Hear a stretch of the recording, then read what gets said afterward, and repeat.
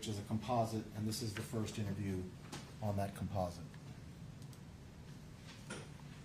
Detective, before I hit play, can you explain to the jury where we are? There's a guy in a chair, there's a person standing in the doorway. Who are we looking at? Yes, sir. So in the doorway is Detective Megan Mullen, who was the assistant detective regarding this case.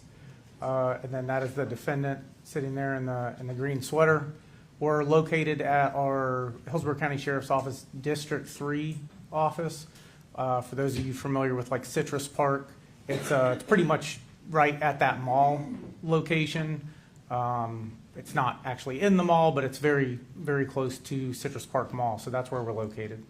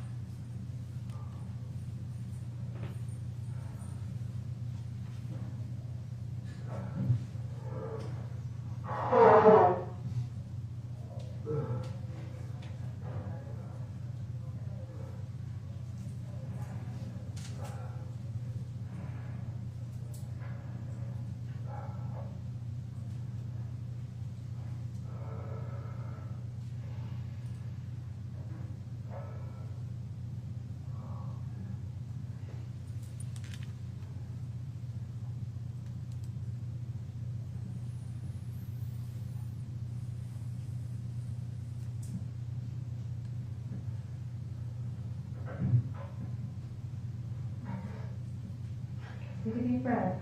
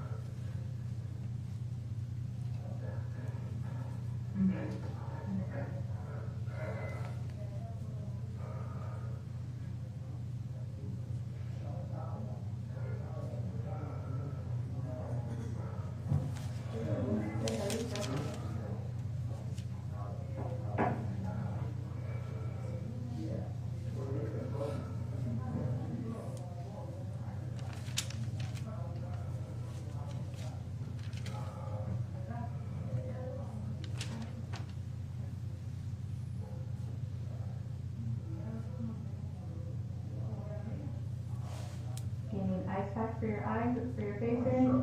Do you need an ice pack for your face or anything? No. No? Okay. I'm starting to feel stuff is over. Okay. My head hurts a little bit. I feel it's like I have anything on the back of my head. No, but just because you don't see it doesn't mean it's not there, you know? I just fell from me, I guess. Your adrenaline's gonna start dumping, so you're gonna start feeling the effect. So you just let us know if we can get you an ice pack, you know, so we can get you an ice pack out here, check you out if you want it. Okay? They're not far. Oh, okay.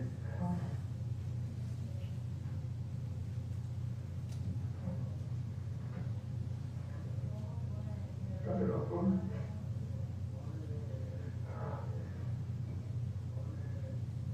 Does anybody know how he is yet? We haven't been to the hospital, we can straight here to the scene, okay? So, alright.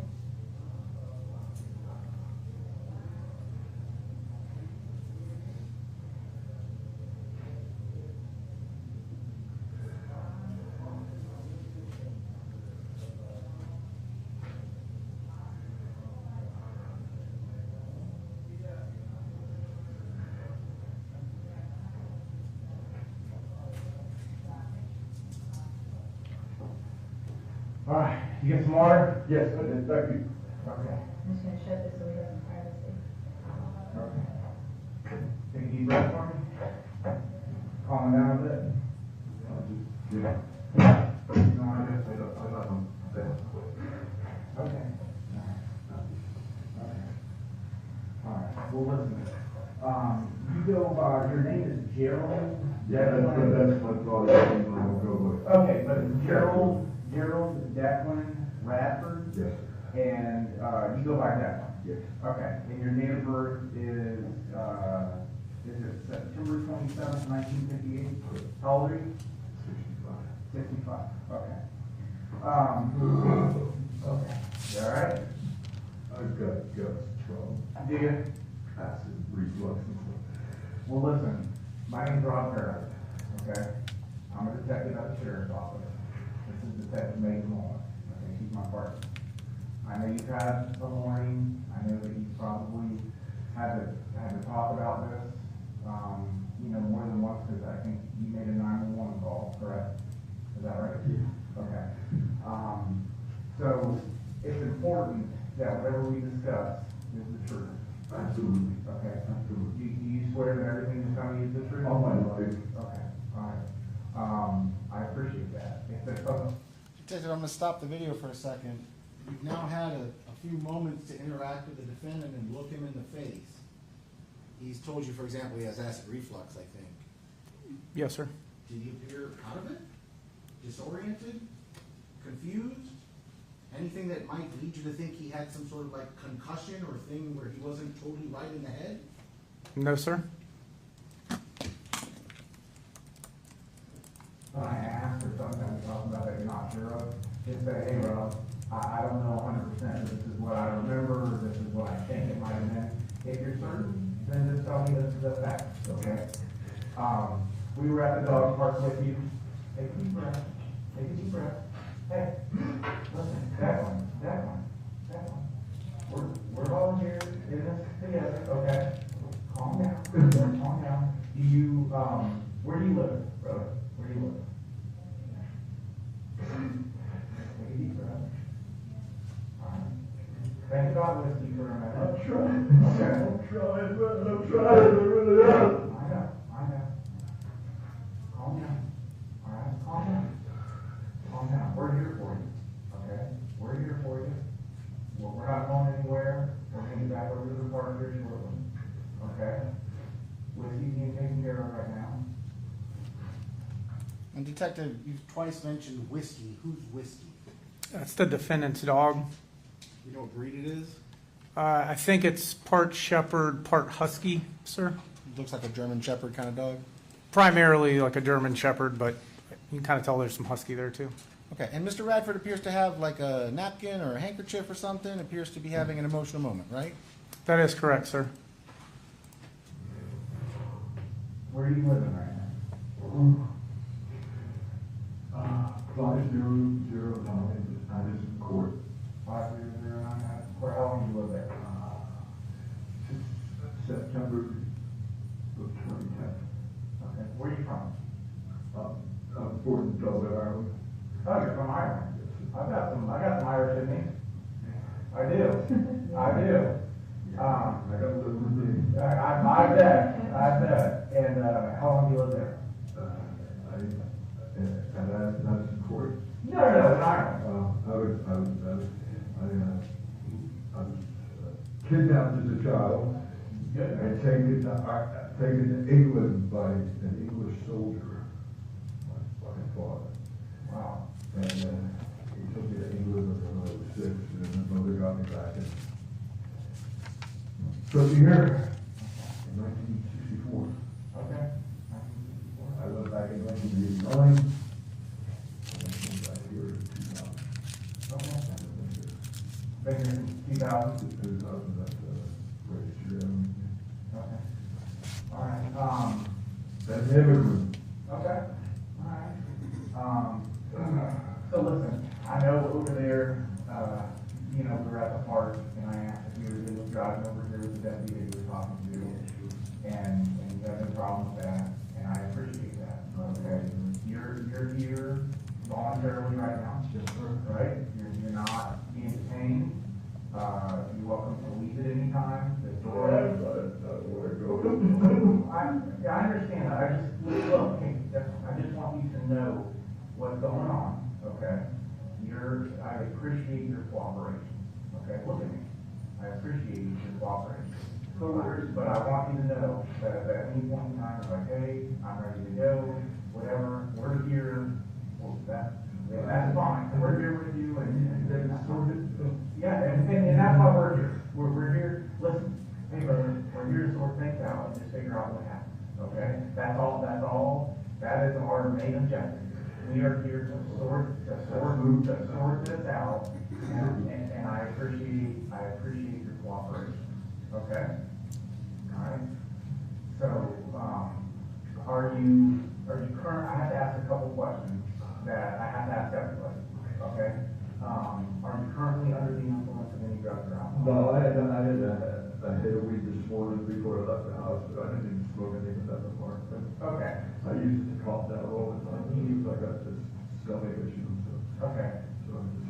so are you, of your normal faculties right now? Oh, absolutely. Okay. I mean, Yeah, it's. well, no, I'm saying I'm that, not stoned at all. you're not stoned or Not drunk? drunk, I don't drink alcohol. Okay. I drink, but I don't drink. Yeah, like a social drink. Yeah, what's your, is Jameson or? Jameson Gold Label. Yeah. Jameson Black Label. Yeah. I just opened a bottle of Black Label. Yeah, Red Dot. I haven't had that. I had it when I was retired a couple years ago. The Red Dot's very nice. The Jameson's my favorite. Yeah, you're typical, but, any diagnosis with mental health stuff or anything like that? Nothing like that, okay, are you currently on any medications? No, sir, I take drugs. I'm totally against it, because every time I take a prescription, it does something. Oh, yeah, I'm not a big fan either. I'm not, You know, if I get sick, I'll deal with it. Yeah. Just don't, because it's just on the Constitution. yeah, I'm not great with that stuff either. And I don't like the feeling of being not. Yeah, Detective, you're asking him, are you on drugs, alcohol? Are you on any sort of mental health history? Are you on any medication? Are we gonna get to some part of this interview where Gerald Radford says, my head really hurts, I got a pounding, I can't see straight, I can't think straight, I can't walk straight? Anything at all that would suggest you suffered some sort of head injury? No, sir. no, I mean, nor do I. What's your highest level of education? I am a tech school graduate. I graduated high school, Okay. but I studied motorcycle. For working on this stuff? Oh, wow, I'm Harley certified, DSO certified. that's a great trade. I used to work on those for a company. Oh, did you?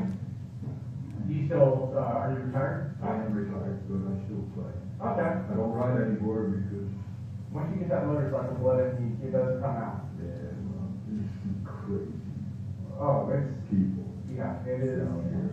It is a wild place to ride a bike in Florida. I promise my mother. I ride to, if I work on something like, I'll ride it To check it. for safety. Yeah. Yeah, well, Florida's a rough place to ride a bike. How long you been retired? Oh, just recently, yeah. Oh, okay. Well, congrats on your retirement. All right. That's good. Yeah, what do we start? Yeah. So listen, if you're good with this, I know you are. You go ahead. Yeah, here's what I'm gonna do. I'm gonna give you the floor. I might have to ask you a couple questions. I'll tell you a story, man. I'll tell you the whole thing with this guy, because it's not my first encounter with this person. Okay, I'm here to listen to you. If I have a question, I might ask it in between, but I'm here to listen to you. I've been going to that dog park for, gotta be, let's see, it's 13 years just gone on here. This is my 14th year, so it's gotta be 11 years to 12 years I've been going to that dog park. I had a full dog before, now I got my 2 German shepherds that I got because the bulldog was 80. So they were I love that dog. I'm the dog man. Yeah. And he wasn't there when I first started going there. He showed up maybe a year ago, I don't know, might be a bit more than less. he seemed like a decent dude, and, you know, we got along. That gazebo that's right inside the gate there is where we sit, you know, you go in the gate, just up to the right. While the dogs walk and stuff. Yeah, and the dogs all play, and we sit there and talk, and like, I walk a lot, so I take my dogs there. I'm there for them, I'm not there for the people. I'm good with people. So, this guy Walter, the person that I shot was, showed up and started talking to everybody. There's a group of 5 or 6 people who go there all the time. I won't be able to recover it. No, and you don't have to. So he shows up and a couple other people, 2 people, and we all get together, and it seemed like every time I say something, he had something to say about it. Okay. So for like 6 fucking months, I'd show up and he'd come in, hi there, you know, walk, how's it going? Oh yeah, you know what I did? This and that, and then I'd say something and he would gaslight. Detective, sometimes it can be hard to hear the audio, but you were there live and in person. Did Mr. Radford say that the victim would gaslight him? Yes, sir, that's correct. That's the term we used, gaslight. 6 months. And I'm doing something wrong here. I'm really starting to think so it comes up with me more. How long ago was this? Months back. Month back, okay. I don't know, months, so. Yeah, yeah. 4. Yeah, I'm not great with monitoring either. Don't worry. Well, he comes up, I mean, he doesn't have options. Yeah, he was talking to me more. He says, I don't know what to tell you, but, you know how we have a contentious relationship, and that was his exact word, what the fuck is contentious? Yeah. He said, you know how you always get angry with me? Dude, you always say something, and you got, you know, Bust a job. you really hacking me off all the fucking time, I don't know what I did to you. Yeah. He goes, well, I've been doing that on purpose, just to see what your reaction will be. I swear on my life, that's what he said to me, look me right in my fucking eye, just to see what your reaction will be. Of course, there's nobody else here, here's all the other people that we hang out with. Weren't there or whatever. It was just me and him. Okay. I said, look, okay, maybe I'm gonna go for a walk with you. So I take, I don't know, 5, 10, whatever, walk around. Calm down. So I just wanted to really let him know what's off at the moment. Yeah. Calm down, I'm back, and I said, okay, walk these 2 things. You succeeded, and I will never trust another word from out of your mouth. As far as I'm concerned, that's it, you're a liar, and that's it. Do it again, I'll bring you fucking jail. That's what I said. Again, Detective, in the off chance that it's not clear, you're there in the room. I'm not asking you to tell me what this video says.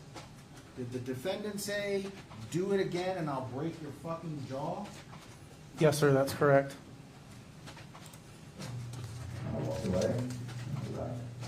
And I left. And then for months, he come and he's fucking say, he's just been winding me up. So I said, get the fuck away from me. Stay the fuck away from me. Just leave. Why me? Yeah, of all people, why me? Was there any explanation of why he was? No, Okay. no, just felt like it. Okay. So I told him this morning, but every time I was saying, just go away, just fucking go away, leave me alone, just fucking go away. Okay. So he comes walking the other way and he said something. Detective, is there a part in the interview where Mr. Radford catches himself, sort of stops himself, where he starts to say, the victim said, get away from me, and then he like stops and kind of catches himself, changes the story? Yes, sir. All right, I'm gonna play the next portion. And I said, fuck off, will you just, and we're like walking towards each other, and he just fucking, he said, get away from me, or I'll kick your, I don't know what he said. I can't say what he said, or I'll kick your ass. I said, what are you gonna do? And then I woke up on the phone. He hit me, obviously he fucking hit me. Went down on the ground, and that's it. Scuffling on the ground, and then I'm on the phone with you guys. All right, how about this? And from what you can remember, before you start, so when you got there this morning, Nobody was there. okay, so when you arrived, no one was out there walking on, and you got there in your vehicle? Okay, and you had whiskey with you? Just now, So you and Whiskey get out of the car, and it's just the two of you, and you guys are at the car. From there, kind of what happened? just walking around, chasing squirrels, Hanging out, just hanging out. and then who shows up next? Well, there was a guy on the other side with a little black dog. We waved, we don't talk, he's Spanish, and I don't speak Spanish. Okay. We said hello, he was nice. So he showed up first? He was in the middle of the separate. Okay, was he there when you got there? And if you don't remember, that's fine. Okay, all right, you're, Detective, Mr. Radford is suggesting there was some other guy at the park with a little dog. Was there ultimately discovered there to be somebody else at the park? Yes, sir. Was he interviewed? Yes, sir. Did that gentleman have anything to contribute as far as the actual shooting? No, sir, he did not. Couldn't tell you. okay, but he was in a different part. He was in the small north side, all the way down the other end. Got it, okay, but you saw him at some point. I saw his dog. I got you, yeah, I knew there was, I saw his dog with whiskey chase. I don't know. That's okay, yeah, playing around with stuff. Yeah, We were back by probably 25, 30 feet away from the entrance, okay, I guess, I don't know. Over by the water thing. okay. And we were just like yelling at each other, you leave me alone, no, you leave me alone. So, well, hold on, cause, so you're at the park, you see the other dog, Whiskey and the other dog are fence fighting, toying around. Yeah. Whiskey seems very nice and calm. He only does it for like a second because his brother's not there now. I got They used to go run all the way down, all the way back. you, yeah. But he just stopped, so I called him over and we started walking towards them. And when you guys start walking back towards like, kind of where that pavilion is, towards is that what area you're? Yeah, The gate? where's the water tub? Okay, Oh, shoot.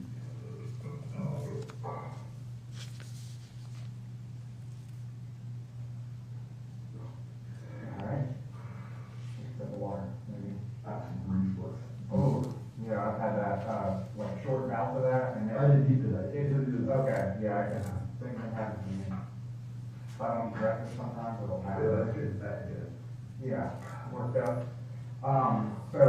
So at what point does anybody show up before Walter? Like, is there anybody else in the park with Not him? that I know. Okay, so Walter shows up with his dog, Yeah. correct? With And- two, he had two. Yeah. He had somebody else that was looking after, I guess. So Walter shows up with two dogs, and what's the first contact between you and him this morning? How's that? Detective, before we get into you asking what's the first contact between you and him this morning, Mr. Radford on the video doesn't appear to be all emotional and crying or hysterical or anything, but you're there, you see him. Is he crying? No, sir. Does he seem pretty normal as he's recounting all these events and all this past history? Yes, sir. Play out. He said something, I didn't hear what it was. I'm a little hard of hearing too, so. I said, what the fuck are you talking about, or something to that effect. What? And then I said, why don't you just fucking go to another park? I mean, I was here before you, why don't you just, you know, I didn't do this shit, you did it. And then, so he says something to you, you're not sure what he says, you respond back to him. I was like, why don't you just go to a different fucking park? Yeah, and then what happens? I guess, nobody likes you here, nobody this and that. I don't give a fuck about people think of me. I'm here for the fucking dog, not Yeah, you. yeah. And then we started scuffling, I guess. So how did that kind of begin? I don't know, dude. We're just looking at it. He hit me, that's all I fucking know, is he hit me in the fucking face with that, whatever you had in his hand. And I just went ape shit. Detective, did the defendant say that after he got hit in the face, he went ape shit? Yes, sir, that's what he stated. APESHIT. That would be the spelling, sir. But I tried to grab hold of him. I guess I got a handful of shirt or something because he got like around. I fell over and went down on top of me.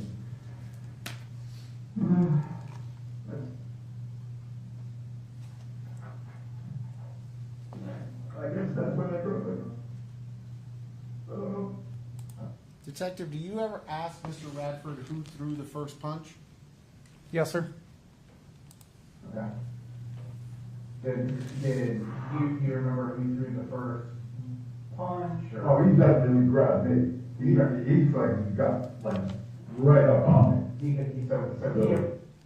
Detective, in response to who threw the first punch, did Mr. Radford say he grabbed me? Yes, sir, grabbed me and got up on me. Didn't a second ago he say something about I got hit in the face with something that the guy was holding in his hand? Yes, sir.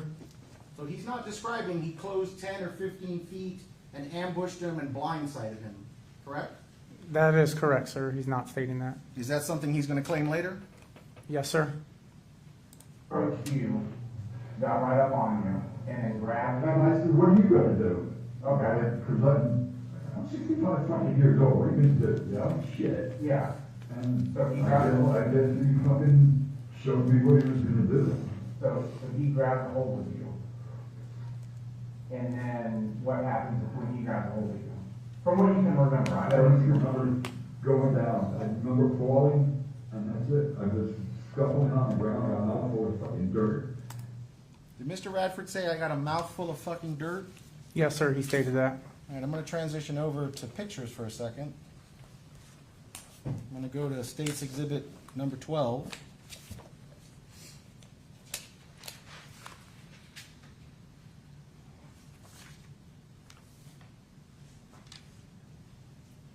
This is State's Exhibit 12A. Is this Gerald Radford on February 2nd, 2024? Yes, sir, it is. Now, we can see here he's wearing a blue shirt, and in the interview he's wearing that green sweater, so this is after the interview, correct? Yes, sir, that is correct. But you were sitting there across from him, face to face, inches apart. Did his face look like this? I mean, he had the bandages on, but yes. Okay, let me be more specific. I don't see a speck of dirt on his face. When you're sitting in the interview with him, does he have dirt on his face? No, sir. Here's 12B. 12C. I don't see any dirt on the sides of his face. Did you see dirt on the sides of his face in the interview? No, sir, I did not. When you made contact with him before you took him back to the Citrus Park Station House to interview him, did you see a mouthful of fucking dirt or the remnants of that around his mouth on his face? No, sir, I did not.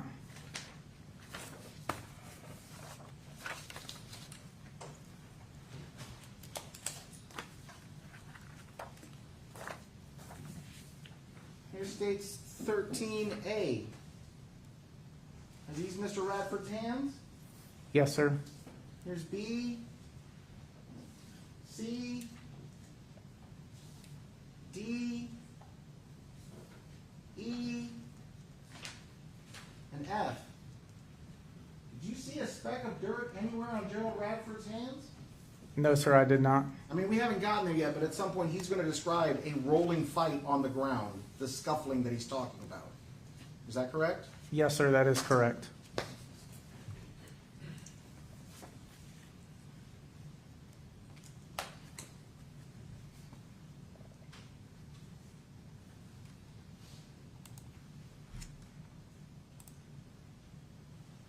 Oops, sorry, hang on. I don't have sound for some reason.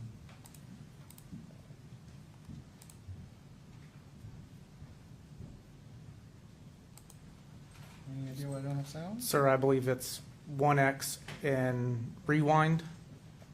So I think you might need to click the, Oh, it's playing backwards? I believe so.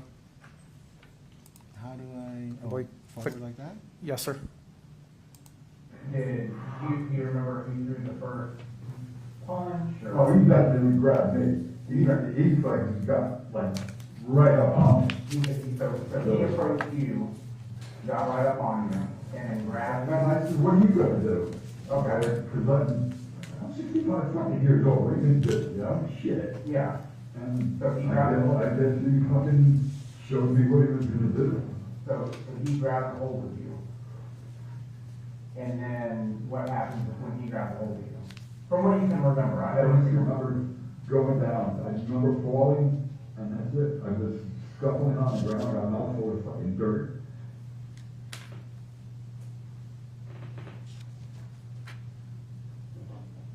I'm sorry, but I really don't remember. Oh my God. Okay. Okay. Where was your gun at?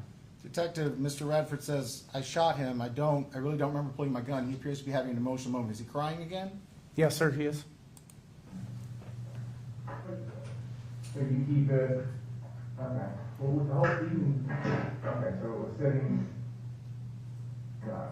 It was sitting, so it sits kind of on like the back of your right hip. Right, just behind my leg. Okay. Okay. So it's on the back of your right hip. So while you were on the ground, is that when you pull it? I did not have it in my hand before. When we went on the ground, this wasn't a hat to pull. It wasn't in my hand before that, so. Okay. And is he on top of you at that point? Yeah. Okay. Under him, this side was on the ground, that's why I don't know how I fucking pulled it up, because Detective, did you understand him to be motioning to the right side of his body was in contact with the ground? Yes, sir, that's what he's describing. I'm going to transition again back for a second.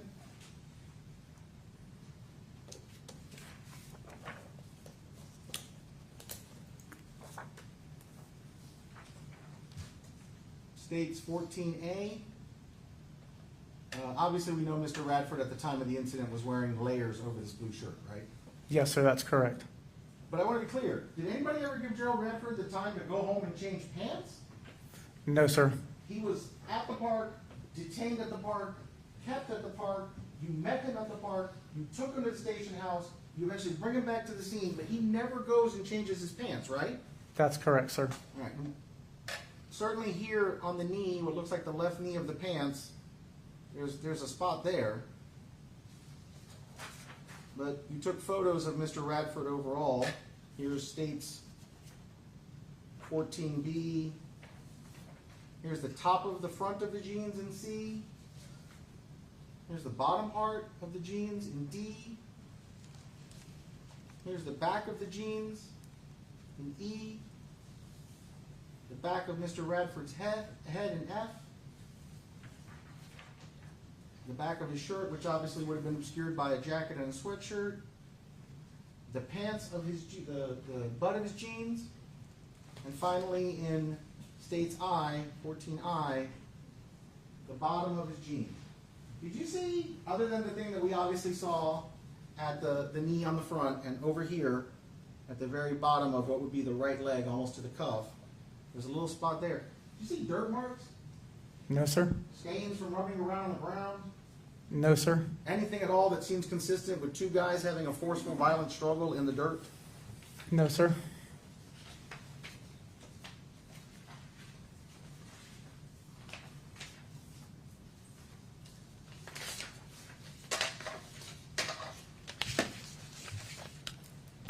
Detective, are you aware of the fact that sunglasses were recovered in this case that Mr. Radford later identified as his sunglasses? Yes, sir. I think the lenses change at their prescription and change if they're, I think, outside. But yes, sir. Well, I'm not sure how well this will show up on the overhead. But here's states number 11 that defense and I opened this morning.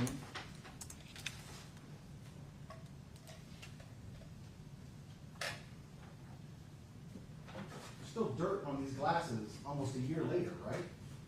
Yes, sir, there is. The same kind of fine sand that was on the glasses when they were originally discovered Yes, sir. in the park.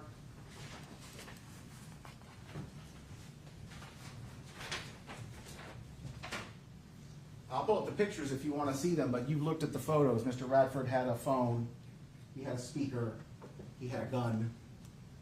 None of those had dirt on them, did they? Not that I'm aware of, sir.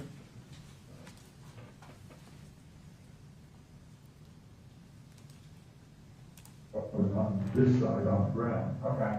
Rolled over, he rolled me back, and I pushed it into his stomach. I do remember. Okay. I pushed it into him. I don't know, over here somewhere.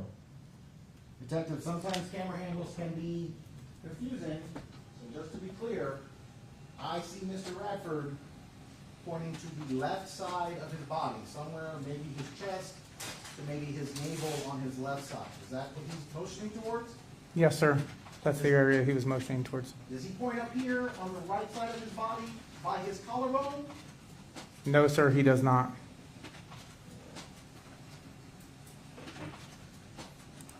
Okay. I think. Okay. And then he stopped, and I stopped, and I turned up, find my phone. I dialed 999 first. Okay. Because fucking England. yeah. And then I realized, and dialed 911. Okay. And, so he, when you pulled your gun, is he still, like trying to pin you down or hit you, or what? Oh, he was on top of me. He was on top of you? Yeah. I had to push him off to get up. Okay.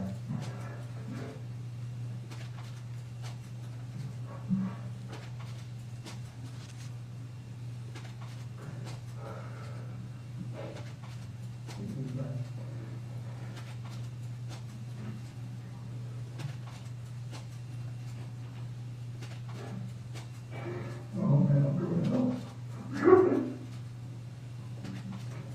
That one. That one. The last one. Okay. The last. The last.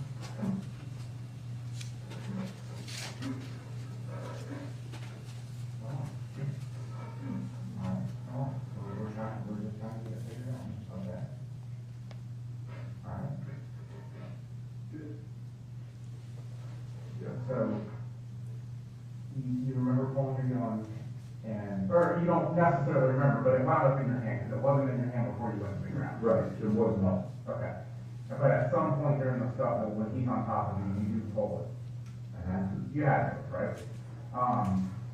And then you said you remember going somewhere on his torso, like, you remember pushing it up with like, again. I did. I'm not trying to put words in your mouth, I'm just trying to make sure I have. Yeah. I don't know. Okay, all right. And how many times did you fire? You're not certain? Okay. Wait, no.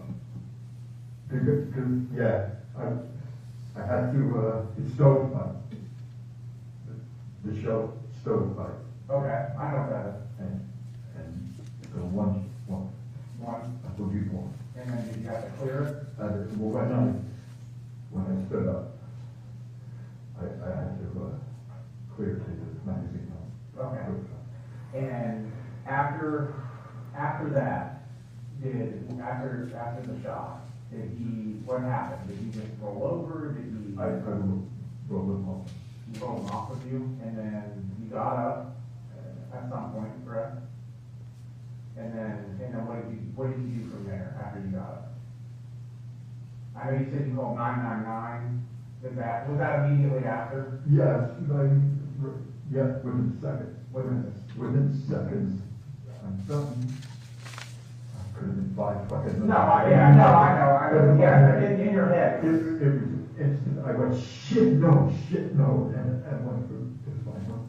What's the time from? Okay, all right, and was that, do you remember if the phone was on you at that point? It's not. It was in your pocket, okay. And then you called 999, realized, oh crap, that's not the right number, and then you dialed 911. And then, I listened to some of the audio, it sounded like maybe you went over to the table afterwards, is that? I went with the table, because I'm on the table under my hat. Under your hat, okay. All right. What Oh, no, what what were you feeling during the struggle? Like what? Detective, why are you asking him what he's feeling during the struggle? Just to learn about, I guess, his state of mind during the incident itself. You know that this is a self-defense case. You're at least familiar with the idea of like a person has to be in fear of death or great bodily harm to fire a gun in self-defense. That is correct, sir. What was going through your mind from what you That's said? gonna fuck me up. Yeah. Okay. Cause a lot stronger than he was, that's damn sure. He fucking knocked him down, man. And he hit you with something? Do you remember what it was? You're not sure? Okay. Do you remember what type of material it was? Okay. I just, bright light, Right away. and, I'm on the ground. Yeah. Okay. Do you remember where he hit you with the item? You're not good. Okay. It could. I feel something back here, but like you said, I didn't have anything there. Okay. It's just because I didn't see any cuts or anything, it doesn't mean that there's not It something. might have been just like a fullness or something. It could. You know, feel a little sore now. Yeah. But he, grabbed hold of me, because he wrenched me around, and I was just surprised that he was so fucking strong. Yeah. Unless I just got weak in my older age, you know, that I used to be a fucking tough, kid. Yeah. All right, so Detective, I want to contrast. We saw a moment where he said, "I'm going to hell," and he's crying. And now he's back to, "I'm a tough kid." Has he stopped crying again? Yes, sir. Is it fair to say that he's vacillating between crying and not crying? Yes, sir, he is.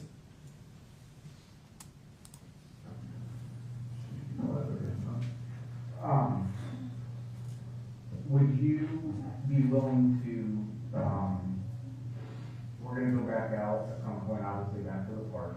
Would you be willing to kind of give us a rundown of what you can remember out there and show us kind of,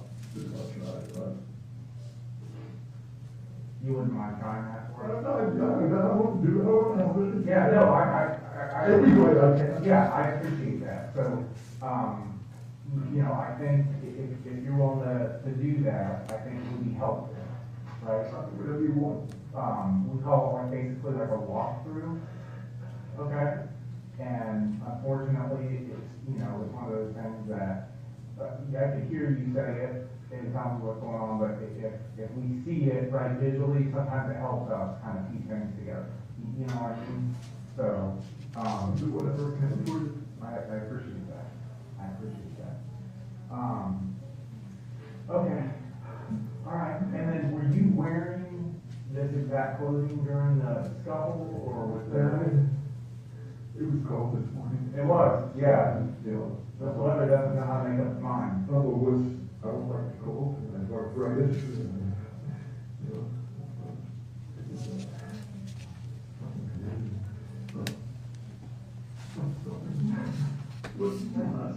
I was, it's okay. Okay. I was just asking if you were wearing this or if there was other clothing items. I had all right, I had another sweater, like, similar to this, black sweatshirt. And, just a light camo, like rain slicker jacket. Okay.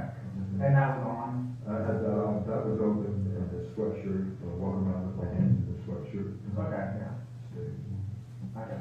And then where where? I have music, little orange speaker Okay. that usually I strap on my belt here. I have the phone in my, just walking around. Listen to music. What kind of music go with? Yeah, like classic rock? Yeah, I'm a fan too. 107.3. Yeah, that's my name. Yeah, I got that, Sirius XM. Oh, okay, so you can stream. Yeah. Classic, Yeah. live music, ACDC and. Yeah, classic vinyl and classic rewind. Oh, the stations, yeah, and you just stream them.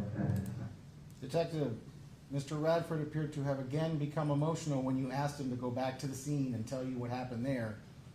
And has he now returned back to a perfectly normal state as he's talking about his Sirius XM? Yes, sir. I just walk around the park listening to music. I get 15,000 steps a day sometimes. Wow, that's a lot. I did 14,000 last night. I was over there just walking around. Wow. Okay, so we'll get over there and try to knock that out. It might take a little bit. Where are the camo jacket and stuff like that? Where's that at? I don't know where, the camera jacket's probably in my car. Okay. Took it all through and where I got worn. The sweatshirt and stuff, the other sheriff that drive me over, the deputy that drove me over here. Yes, sir. He helped me take it off and stuff. Okay, might be in your car. Would you have any objection to us retrieving it from your vehicle or looking in your vehicle, searching your vehicle? Do you have any objection to that? There's nothing there but little weed. Okay. Yeah, you can go to town and, Okay. I'm letting nothing to do it. No, I got it. And then, so everything that we talked about, that one, is, you swear it's the truth? Absolutely. Okay. Figured out that no reason to lie. The detective, a little bit ago, you asked him what he was feeling at the time. Do you ever ask a more pointed, direct question of if he was in fear at the time? Yes, sir, I do. Did you make any other phone calls other than 911 or anything like that? And I was still on the phone to 911 when the sheriff got there. Okay. And did you see anybody else that might have witnessed what happened? Still back in the park. He was getting ready to leave when the sheriff was there. Okay. And they asked him. Okay. Okay. Is there anything that we haven't talked about or anything that I haven't asked you that you think is maybe important? I know your brain's kind of all over the place right now. Yeah, I get it. Whenever anything traumatic happens, the brain plays some pretty wild.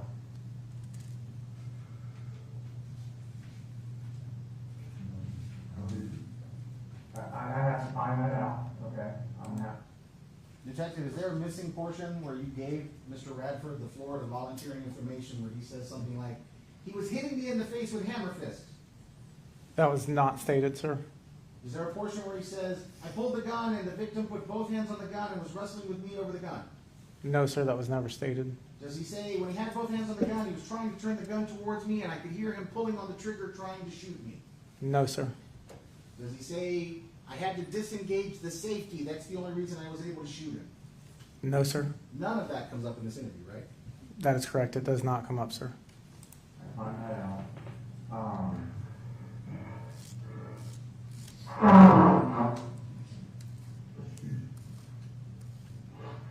Were you, during this incident, were you in fear? What's true? I didn't want to get my ass kicked. Okay. Yeah, I thought he was gonna get my ass. And he surprised the shit out of me. I never thought he'd fucking do anything. You know? I never fucking thought he'd man up. Yeah.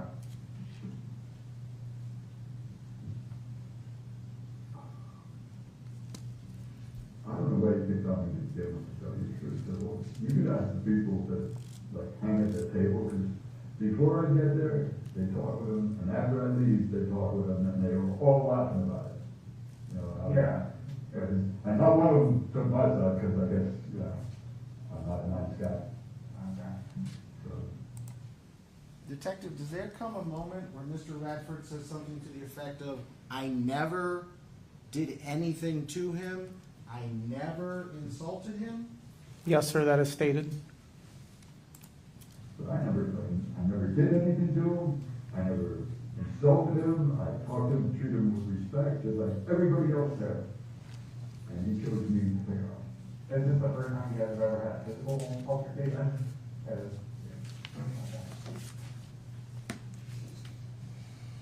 he shot the shit out of me. Last thing I expected him to do, to go with me like that. So, your firearm, where did you get that from? Do you remember? I'm saying, do you Oh, remember? yeah, I think I was at it, That first up? Do you remember that one? Years. Years ago? Okay. Any other firearms or anything in your vehicle? Something like that? Do you own any other firearms? Yes. Okay. And then do you typically carry a firearm around? Yeah. Okay. Yeah, because of what people did. Yeah. And I never thought I would have, honestly, never thought I would have to defend me. I always thought I would be defending someone else. I really, honestly thought, when I put that on, I hope I don't have to use it to defend somebody else. I never in my life thought I was defending me, because it's on me. Yeah.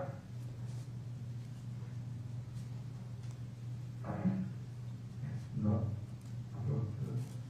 I'll never carry you guys.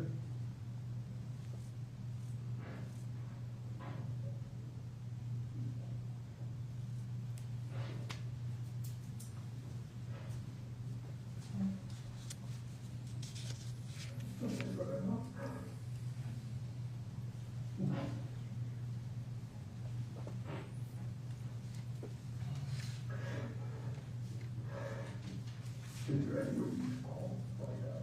We'll get that figured out. You know, obviously, we're sitting here with you, you know, I do.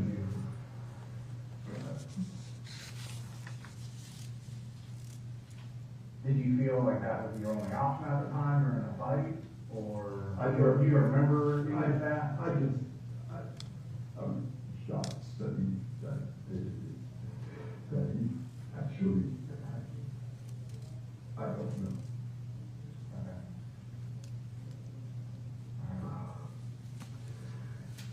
Well, how about this? Is there anything else, Declan, that we want to talk about? I know you said you don't mind going out there and kind of giving us a walkthrough of what happened. Is there anything else that we want to talk about, or that you want to? I don't think so. I just want to make sure. And then also, I'd like to, at some point, get some pictures of, like underneath the, where'd you get the Band-Aids and stuff? EMS guy, Okay. at the park, he cleaned it all up. Cleaned it up and stuff? Okay. And that was, you said EMS was here? The guys that came for Walter did their thing and left, and then they actually had somebody come back, I think. And address some of your injuries. All right, give me a minute, I'm gonna go find the deputy that brought you over here. Source? So, Okay, just 1 minute, I'm gonna go find the deputy, we're gonna try to get back over to the park, okay? And we'll continue to work through it, all right? Do you have any local family or anything at all? I was not aware that my mother was down here. Okay. She doesn't need to know about it right now. No, I got it, I'm just, okay. All right, give me 2 minutes, I'll be right back. Whatever you need. Yes, sir, I appreciate it. I appreciate it.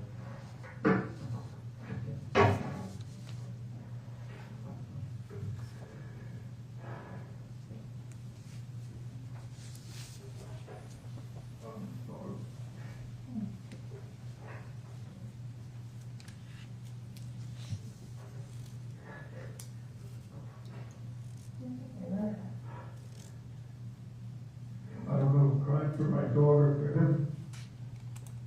Did Mr. Radford just say, I don't know if I'm crying for my dog or the victim? I believe he might have said or for him, Right, but he means the victim. correct, sir. He doesn't know if he's crying for his dog or the victim.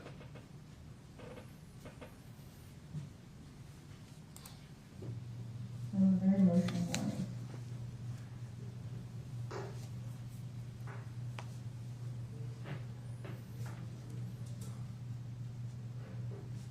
Don't take myself for doing that.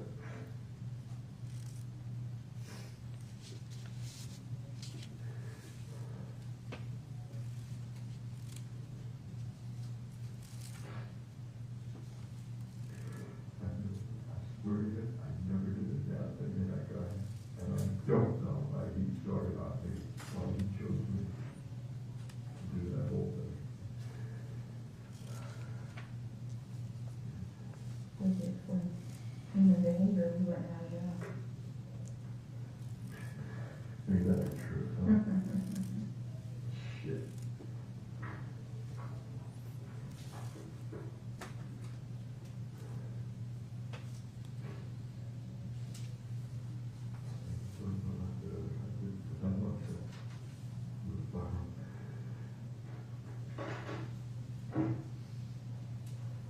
Oh, man.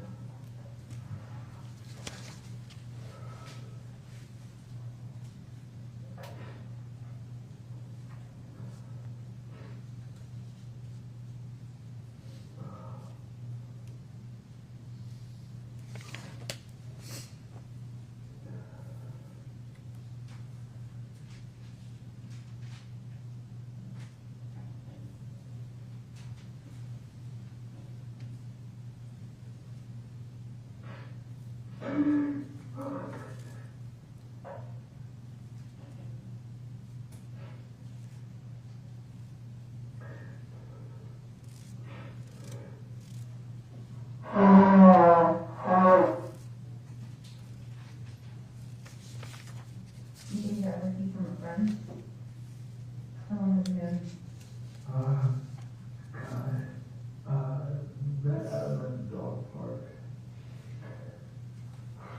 Gotta be more than 11 years old.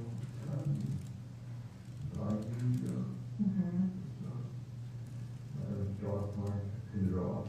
Found out he lives like a mile and a half away from me. That was it. Became fast friends.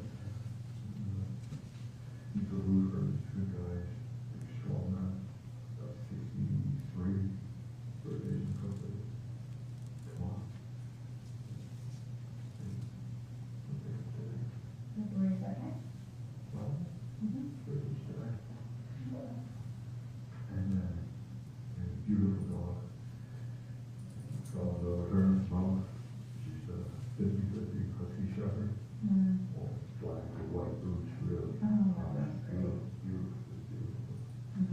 I told him, if you ever get pups, I'll see how you are with dogs. I'll take all the boys, jumping around with them. I'll take all the boys. He said, yeah, I said, no, seriously. So he had his presence every, with his legs. And there's that. There was 7 in the litter. And 2 boys. You're serious, huh? And so bring around every day with the whole bit of confidence, you know, you could care of them. Oh! That after reflux. It's tough. Do you take anything for it? I don't take medication. At all, even over the counter stuff? Yeah. I take a flu shot, I'm in the hospital for 5 days. Or flu shot here and I'm just, anything like that, so I just don't, you know? I'll do it on your own. I still have to track down the deputy that break, probably in a bathroom break or something. Detective, you have already asked Mr. Radford what he's feeling. Cor- Then you asked him more specifically, were you in fear? Does there ever come a moment where you asked a very pointed question of, were you in fear for your life? Yes, sir, I do. During the, one thing I did want to ask you, during the altercation, at any point, were you in fear for your life? Did you think he was gonna? Well, after I got blood on my face, I was kind of scared, yeah. Did you think? I just needed him to stop beating me up. Okay. When you asked him, were you in fear for your life, does he say, after I got blood on my face, I was kinda scared, yeah? Yes, sir, that's what he states. And then did he follow that up with, I just needed him to stop beating me up? Correct, sir. What I needed. Okay. I don't know if he's gonna stop or not. Okay. Was afraid of him not stopping? Yeah. To tell you the truth, I was fucking helpless. Yeah. I couldn't fight him off. I was fucking helpless. Because I guess I'm just down on muscle mass or something, because I couldn't stop him from getting me down. Yeah. Yeah. All right, let me try to find the deputy, and we'll try to get over there. I gotta make this one or two more quick phone calls, okay? And we'll try to get over there. Yeah, you need some. Take you with dry. Yeah, let me grab you, there's a trash can right there, let me grab you. There's a trash can right here. It's behind you. We'll get you some tissue. Detective, this is basically the end of your interview, right? Yes, sir. We're gonna have a few more minutes. I'm gonna play a lot of dead air, but I just wanna be clear. He said I should have just let him kick my ass and be done with it. Does he ever say, I had no choice, he had my gun, he was trying to get my gun, he was gonna shoot me with my gun, thought I was gonna die, anything in that realm? No, sir. You've asked him 3 separate times, what were you feeling? Were you in fear? Were you in fear for your life? And he's never once mentioned any of those things, right? That's correct, sir.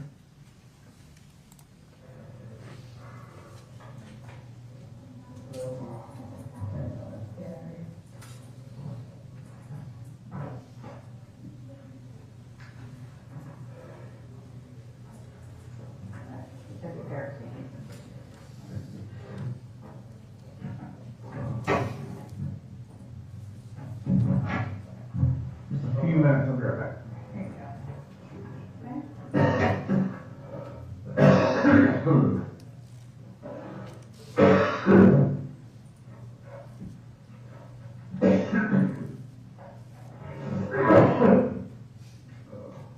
You feel like you're gonna be sick? Okay. There's a trash can, okay.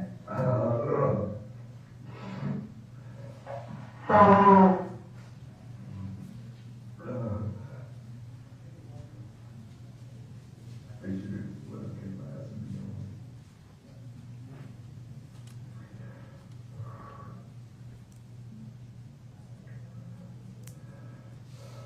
Why would you want to get your ass kicked though? I don't want to be stupid.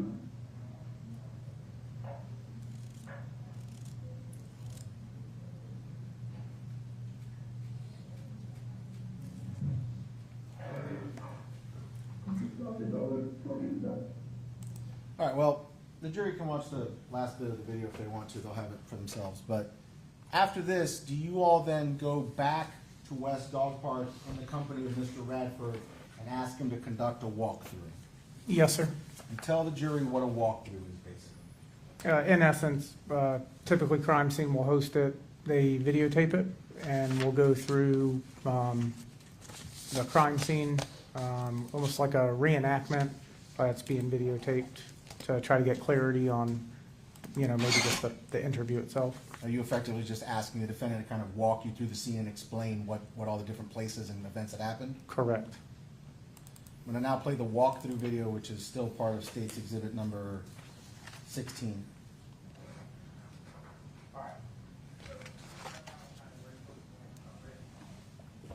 Sorry, wait, I used the wrong player.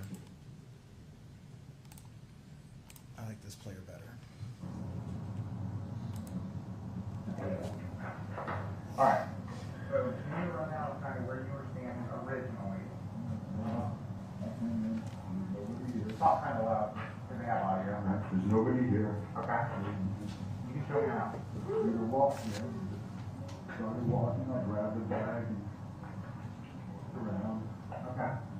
chased some squirrels in the back there and then walking through over here. Okay. And then where were you standing when you walked down there?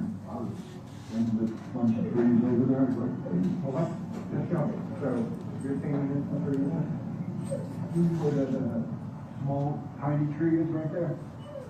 Yeah. Right. Let's walk over The there. trees behind that, it's like 4 or 5 there. Just in the right of it.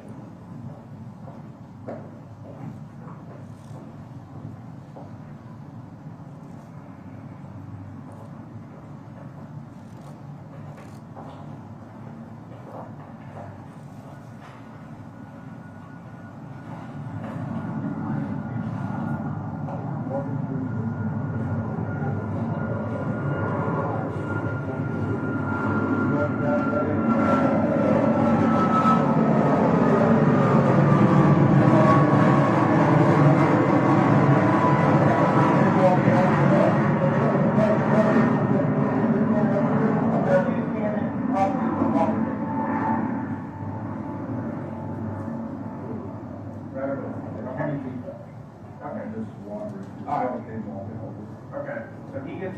path do you take when you're walking towards the tent? Walking back towards the table. Okay, so let's do it. That's where I hang out. All right, so we're walking. And he's walking this way, and he comes walking over here. Okay. So where do you guys, when you guys first make contact with each other, where do you keep that view? Yes. Or do you keep that on the He air? walks this way. Okay. And I said, why don't you just find another fucking partner to come get along and start this shit? I'll fuck you. Nobody likes you, nobody knows. So where are you guys get close to each other? Okay. Down here, somewhere, we start saying, You can say whatever.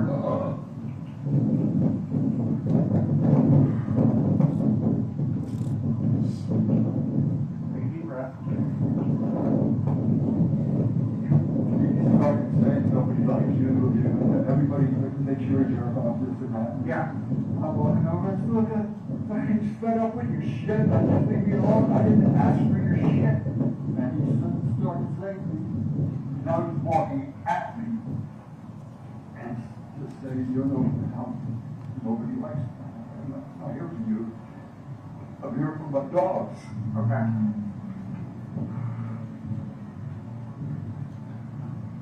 Take a deep breath.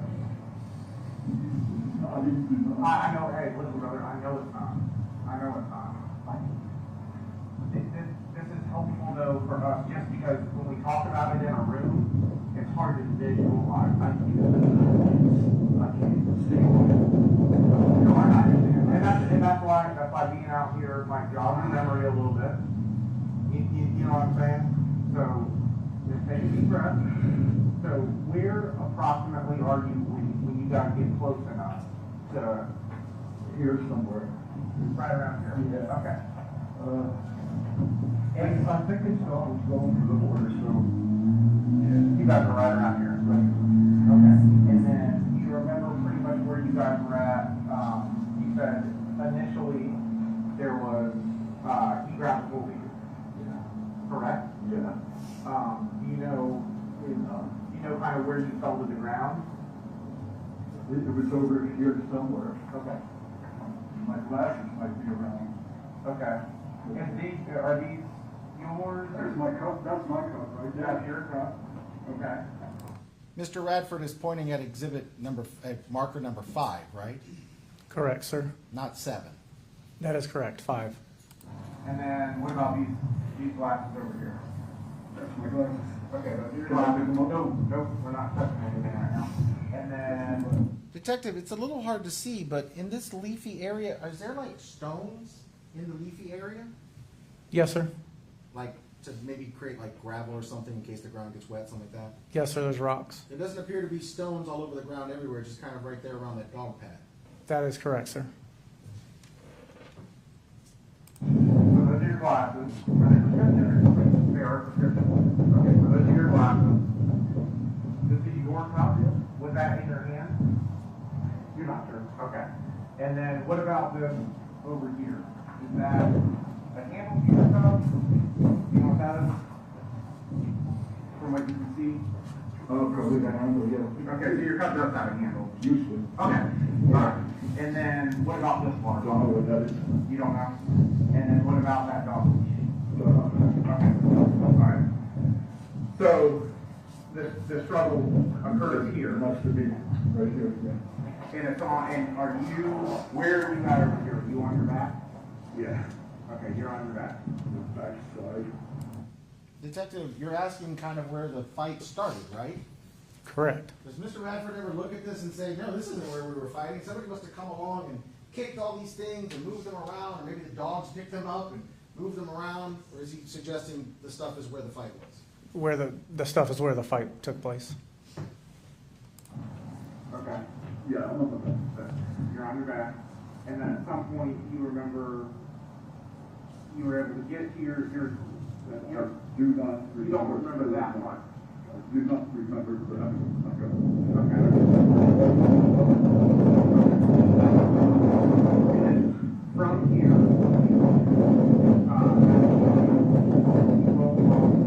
where do you walk?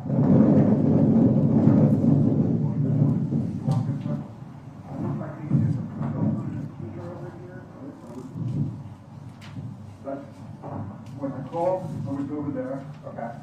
Borrow one today, we'll put it, my hat on top of it, so in case. Let's walk over there. Walk over there. So afterwards, you walk pretty much straight to the table? I think so, yes. Okay. Trying to down the phone. Okay. I couldn't see very well up close. You didn't have your glasses on, they were knocked off? Were Did Mr. Radford say he needs glasses for up close, Yes, sir. not for far away? Correct. were you originally wearing them? Yes. Okay, you were originally? Yeah, I didn't see for phone stuff, so I wasn't all the time. Okay. So you call, Over here, call 999. What country you were in? I'm assuming that's the emergency number in It Ireland? is. Okay. In England. All right, England.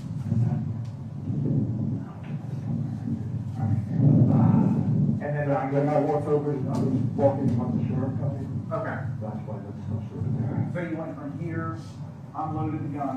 Do you remember, I know you said it was stovepipe. Do you Yeah. remember where you were when you fixed that malfunction?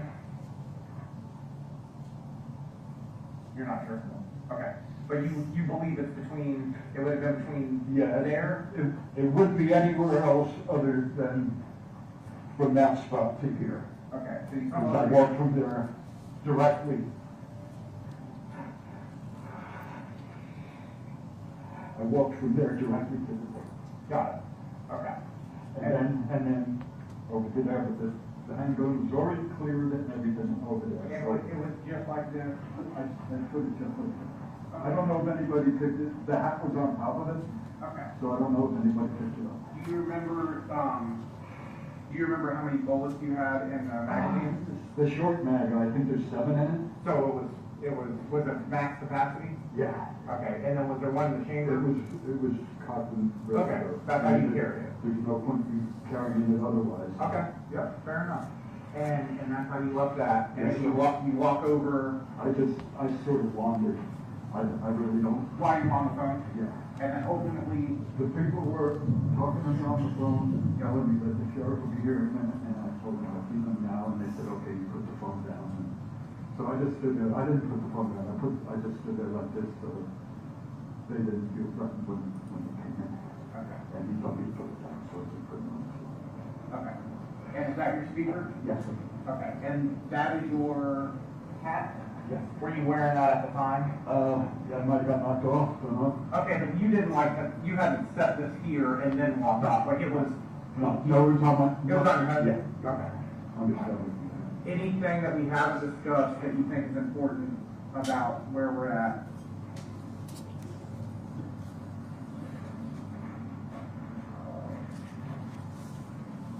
Oh, man. That acid reflux is getting Oh, you. I didn't eat. Yeah, you gotta eat. I'm usually home eating right now. Yeah. No, there's, you came in, started out the wall.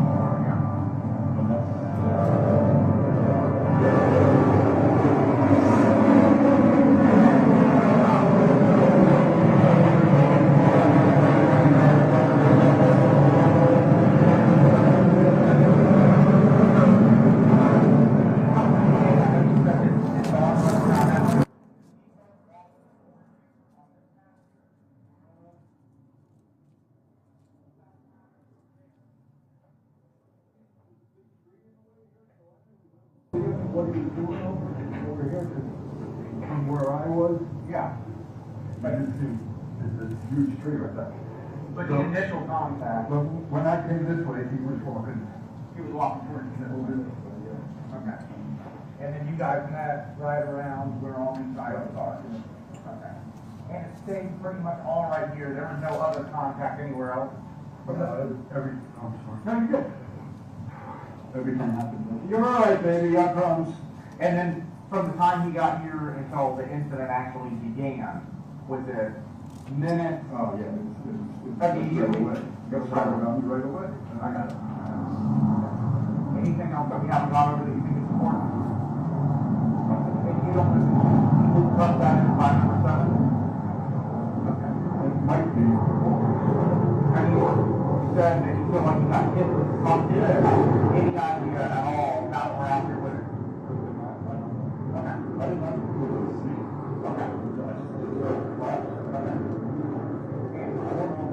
And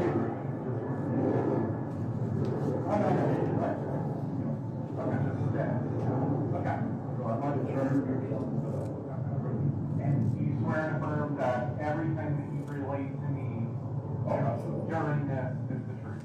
Okay. All right. We can end it there? All right, so that's the second interview. That's all still the same day as the incident, February 2nd, 2024, correct? Yes, sir, it is. Mr. Radford is not arrested that day. He's allowed to go home and resume life like normal, right? That is correct, sir. But the investigation continues. Yes, sir, it does. You're having other things going on, trying to collect other information, talking to other witnesses, whatever the case may be. That's correct. Somewhere along the way, did you start getting contact from people who lived in the same neighborhood, and went to the dog park, and would have known both the victim and the defendant? Yes, sir. And after the defendant had told you things like, I never insulted him, I never disrespected him, I treated him like everyone else, did you start thinking maybe you needed to look further into that? Yes, sir. So, not quite a week later, February 8th, do you go back and conduct another interview with the defendant? Yes, sir, I do. And where is this interview conducted at? It's at 5009 Addison Court, which is his residence. It's conducted on the sidewalk in front of his home, kind of driveway area at 15:20 or 3:20 p.m. It's myself and another detective present at the home. Right. You're not at the station house this time, so you don't have like a room set up with cameras or whatever. Do you use some other method to document it? Yes, sir. Recorded it on my agency cell phone, utilizing an application that we capture audio, videos, photographs, things of that nature on, but for audio purposes. So we only have audio for this one. That is correct, sir. I'm gonna now play the second interview, which again is still from State's Exhibit 16. Is it labeled second interview? Yeah, on the disc it says second interview. It says Alright. first interview, second interview, so on and so forth. Thank you. Thursday, February 2024, in regards to ACSO case number 103973. Oh, Judge, Mr. Fudge pointed out that one of the jurors may have raised their hand. I just wanted to know, I'm sorry, I missed the date for this interview. Detective, what's the date of this interview? February 8th, 2024, at I believe 3:20 or 15:20 hours, I believe. Thank you. Yes, sir. Thank you.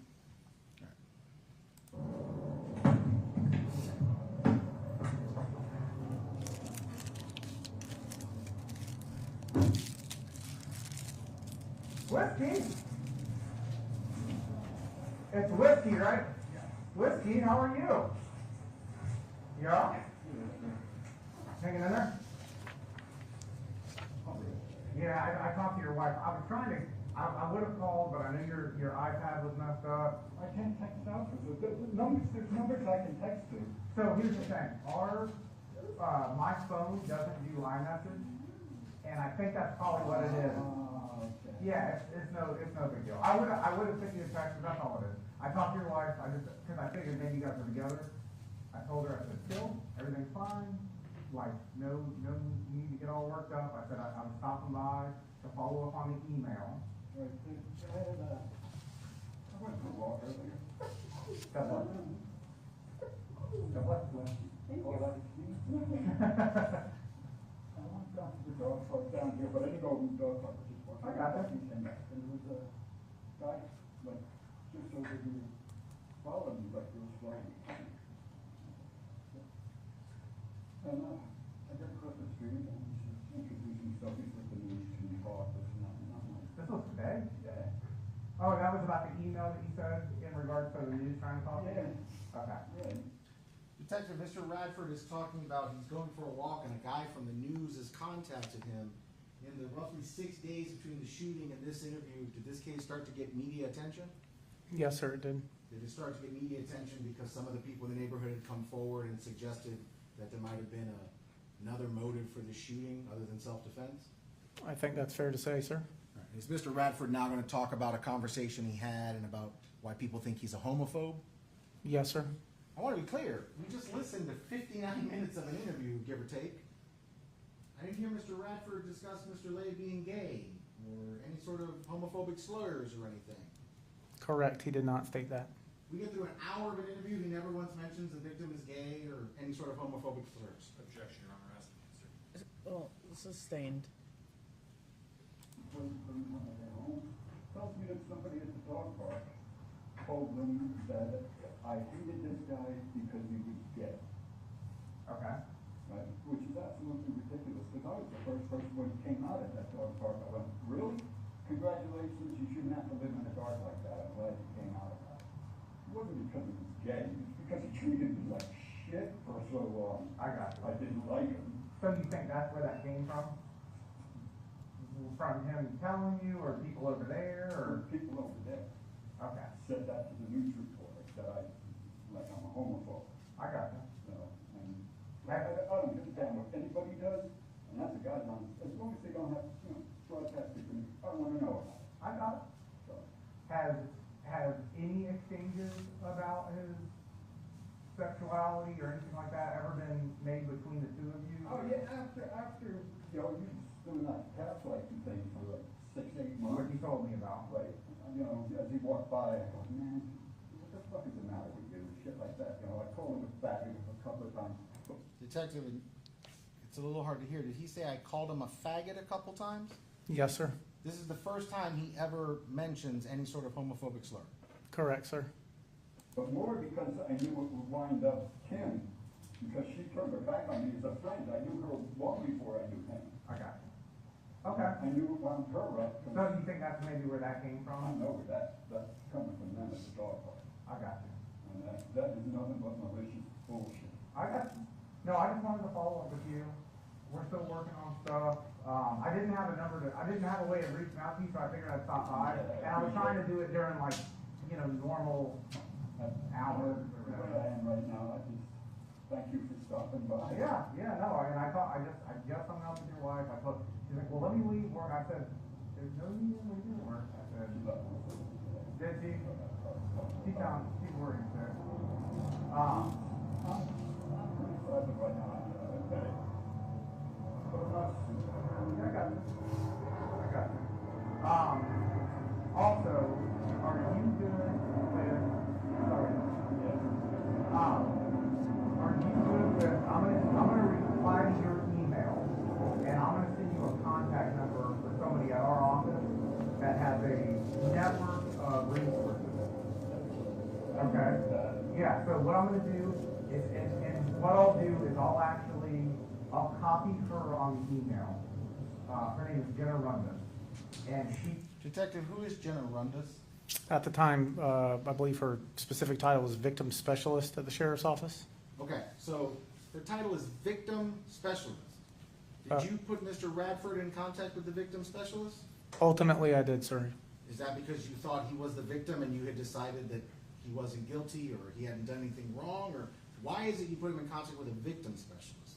At 11:20 that same morning, so 11:20 a.m., prior to my arrival there, I received an email with a request that, in essence, would require her assistance because of her network.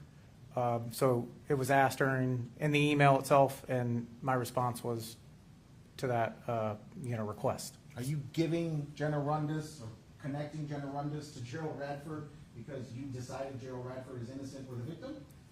No, sir. You're still investigating at this point. Is he still a suspect then? Yes, sir. I'm merely fulfilling a request. he has a very big network of all sorts of things for services and things of that nature. So I'm gonna reply to your email. I just didn't wanna send you an email and you're like, what the heck is this? So I'm gonna send you an email with her contact information. And if you need something, regarding any services or anything, she is our expert. You know what I mean? So I'm gonna send that to you. I never felt like this before, so I don't know what to do. I understand. Do you currently have any questions for me? But all I needed to know before was that it was okay and not suffering, you know, so. Well, I called you that evening and, we had that conversation.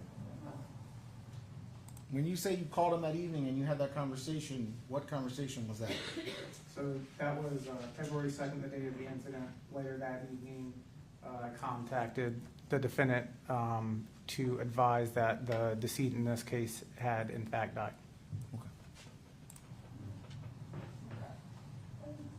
So outside of the exchanges on trying to get him wound up and you said you called him a faggot a few times. Were there any other, like, instances where that escalated? Detective, why are you asking the defendant, beyond calling the victim a faggot a few times, were there any other moments that escalated? What is prompting you to ask that? I'm just trying to determine the scope of the relationship and how far back it went or the extent of it. Not that I can remember. Nothing really got out of hand any time. I was just trying to wind him up if he did it to me so long and told me about it. Never apologized, which, you would expect, well, I'm really sorry, nothing like that. Yeah, because you said, Even cut it to the point where I started winding him up, he goes, you were gonna come to blows someday. I told him right to his face, I says, don't even you jump me, because I ain't gonna hit you. I'm not gonna be the guy who hits the gay guy.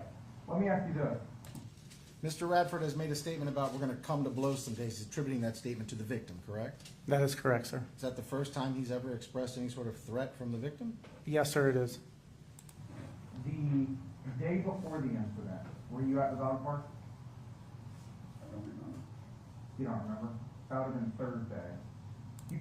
Detective, why are you asking, because you seem pretty focused, why are you asking if he was at the dog park the day before the shooting? To make a determination of whether or not he went to the dog park regarding some evidence that was located during the investigation, Well, let's- specifically related to that date. Let's talk about that evidence. When the victim, Mr. Lay, died, his body, his possessions are recovered, correct? That is correct, sir. Did he have a cell phone on him? Yes, sir, he did. Does the sheriff's office have a technology whereby you could, for example, get my cell phone, plug it in, and gain access to all my text messages, pictures, see everything on my phone? Yes, sir. Did you all do that with the victim's phone? Ultimately, yes, sir.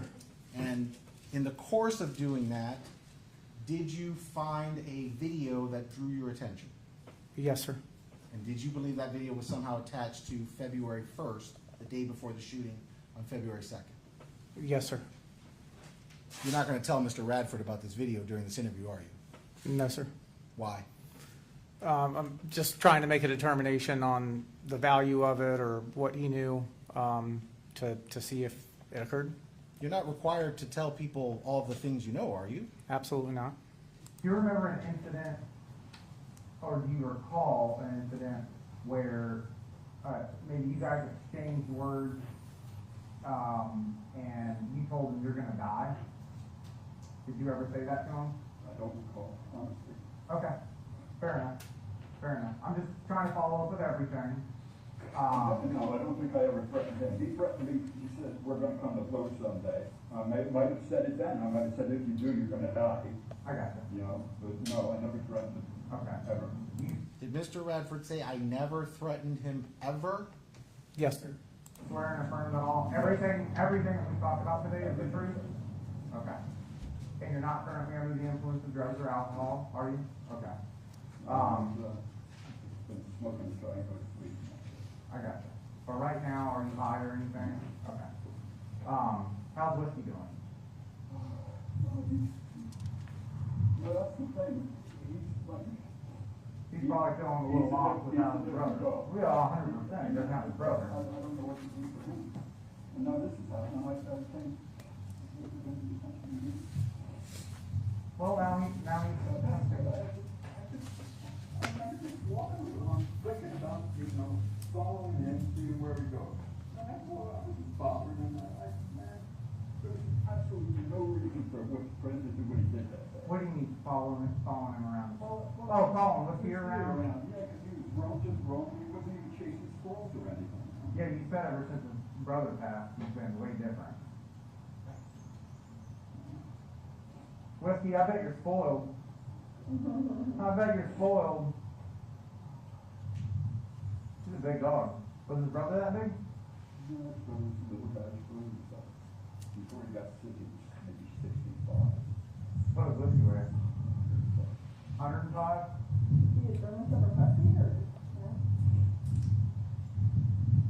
I bet he likes it when it's cold out. Detective, you're talking with Mr. Radford about his dog, and his dog passed away and whatever. Did he, on his own, completely impromptu say, I can't believe they're turning this into a fucking hate crime? Yes, sir. Nobody mentioned hate crime, did they? No, sir. All right, so if the jury wants to listen to the rest of the interview, they can. That's interview 2. We're going to transition to the third interview, but before we do, there was this video that we talked about that you found on the victim's phone. When you look at a person's phone and you find something like a text message or a picture or a video, do phones create some sort of log or entry to tell you when that file is created in the phone? Yes, sir. Oftentimes. And what is the date associated with this particular video we're about to watch? The timestamp and the date on this video from the report is February 1st, 2024. The actual stamp itself, I believe, is 12/58/05, UTC +0. And what does UTC +0 mean? It's a universal time code. In essence, during that time of year, because daylight savings and things of that nature, you would subtract 5 hours, is my understanding, from the timestamp itself, which would put that video February 1st, 2024 at 7:58.05 seconds. So that video is created 7:58, February 1st. We have a shooting somewhere around 7:55, February 2nd. Is that correct? That is correct, sir. Basically 24 hours. I'm now going to play the video that's marked as a video at dog park. Hey, this is part of my video diary that I'm sending to you because the police told me to do this with that, which I'm trying not to call the police, but the lady sheriff comes here. So this morning, while I'm walking, we're the only two there, and he comes up to me and screams at me, "You're gonna die, you're gonna die." And I asked him to just leave me alone. And so far he has, but again, that the sheriff said to me. Right, that video appears to cut off midway through. Is that the way we found it? correct, sir. Now, you have not told Mr. Radford that you had this video on the interview 6 days after the event, February 8th, correct? I did not tell him that, sir. And is the investigation still progressing? Yes, sir, it is. So I want to ask you, do you at some point decide this case needs to be presented to the state attorney's office, but before that's going to happen, you're going to do one more interview? Yes, sir. Do you go on March 7th of 2024, about a month later, to interview Mr. Radford for what is effectively the third time? Yes, sir. Now I'm going to play the third interview. Hang on 1 second. Everybody all right over there? Need a break yet? No? Okay, go ahead. Oops, sorry, no, that's the wrong player.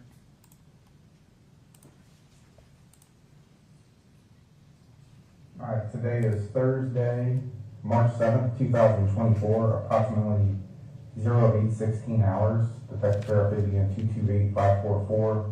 I'm going to also be present with Detective Mullen.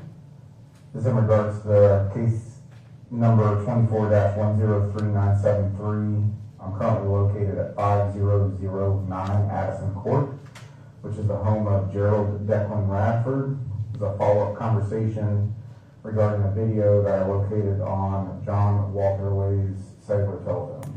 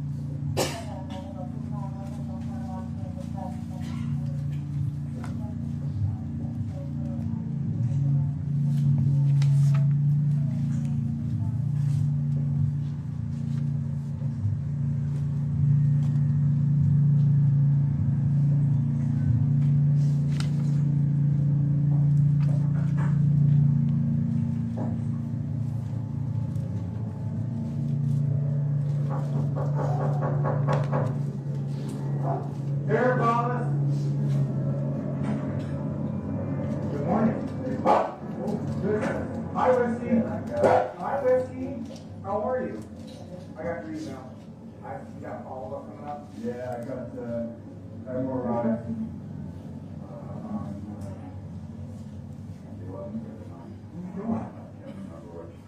this. You want to come in? I'll get out here. We're only gonna be a few minutes. I wanted to talk with you, if you don't mind, about a video, I think,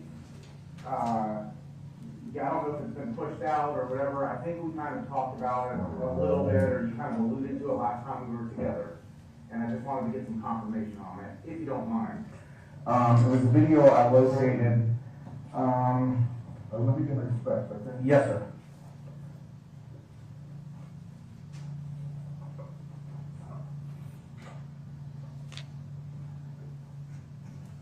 Whiskey, what are you doing?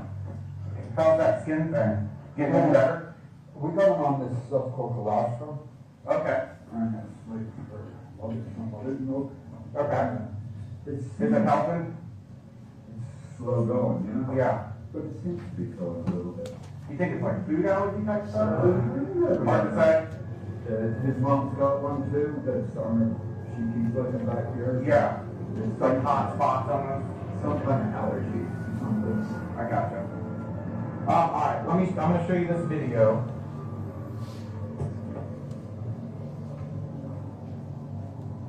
Show my volume as well.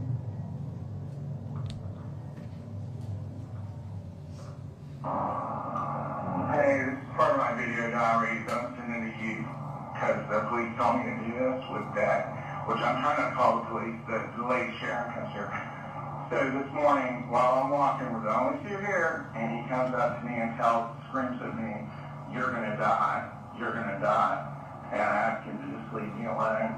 And so far he has, but again, that the Sharon said to me. I don't know who Sharon is. You do not know who Sharon is?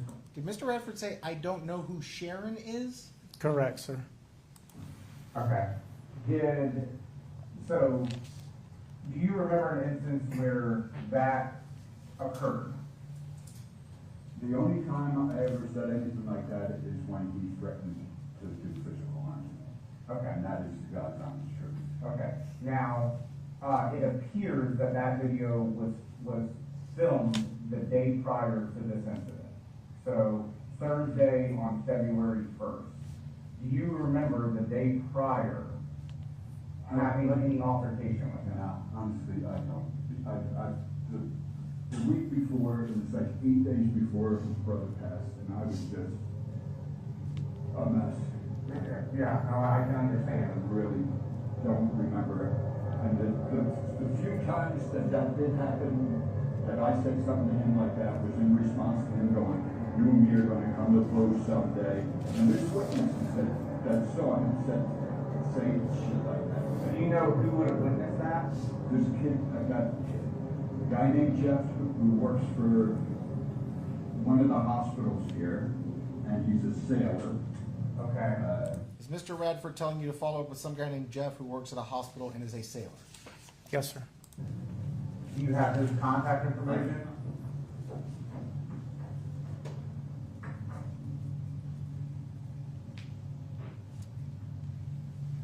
I turned it off now. I got you. We haven't had many, but we've had a few stupid emails and Like people calling and stuff like that. stupid shit. So, do you remember if you were at the park the day prior? I'm there almost every day, so I Okay. probably was there. Okay. Do you remember if there was any type of conversation or anything between the two of you that would have sparked that? There was something almost every time he saw me, there was something. Okay. I mean, I got you. it was like a common, here we go.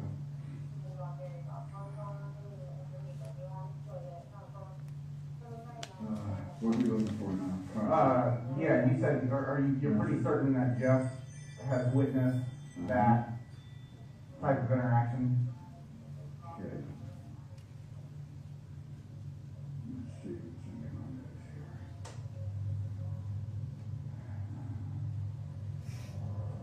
Jeff.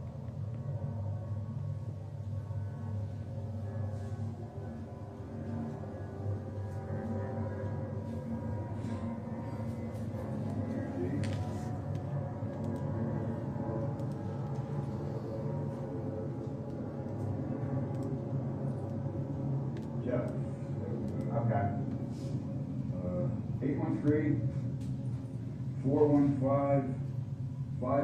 813-415-5553. Detective, as Mr. Radford is giving you 813-415-5553, is he providing you a phone number? Is that what's happening? Is that what you're seeing? Correct, sir. And that's for Jeff, Yes, sir. the sailor who works at the hospital. Yes, sir. You're pretty certain he's witnessed that? And he was, I'm positive he was there one day when he said that to me, because I turned to him and said, "You hear this fucking guy threatening me now?" I got you. All right. And then any other individuals that you think would have been present for that? Then there is another guy who plays brass, and his name is, God, I see his face.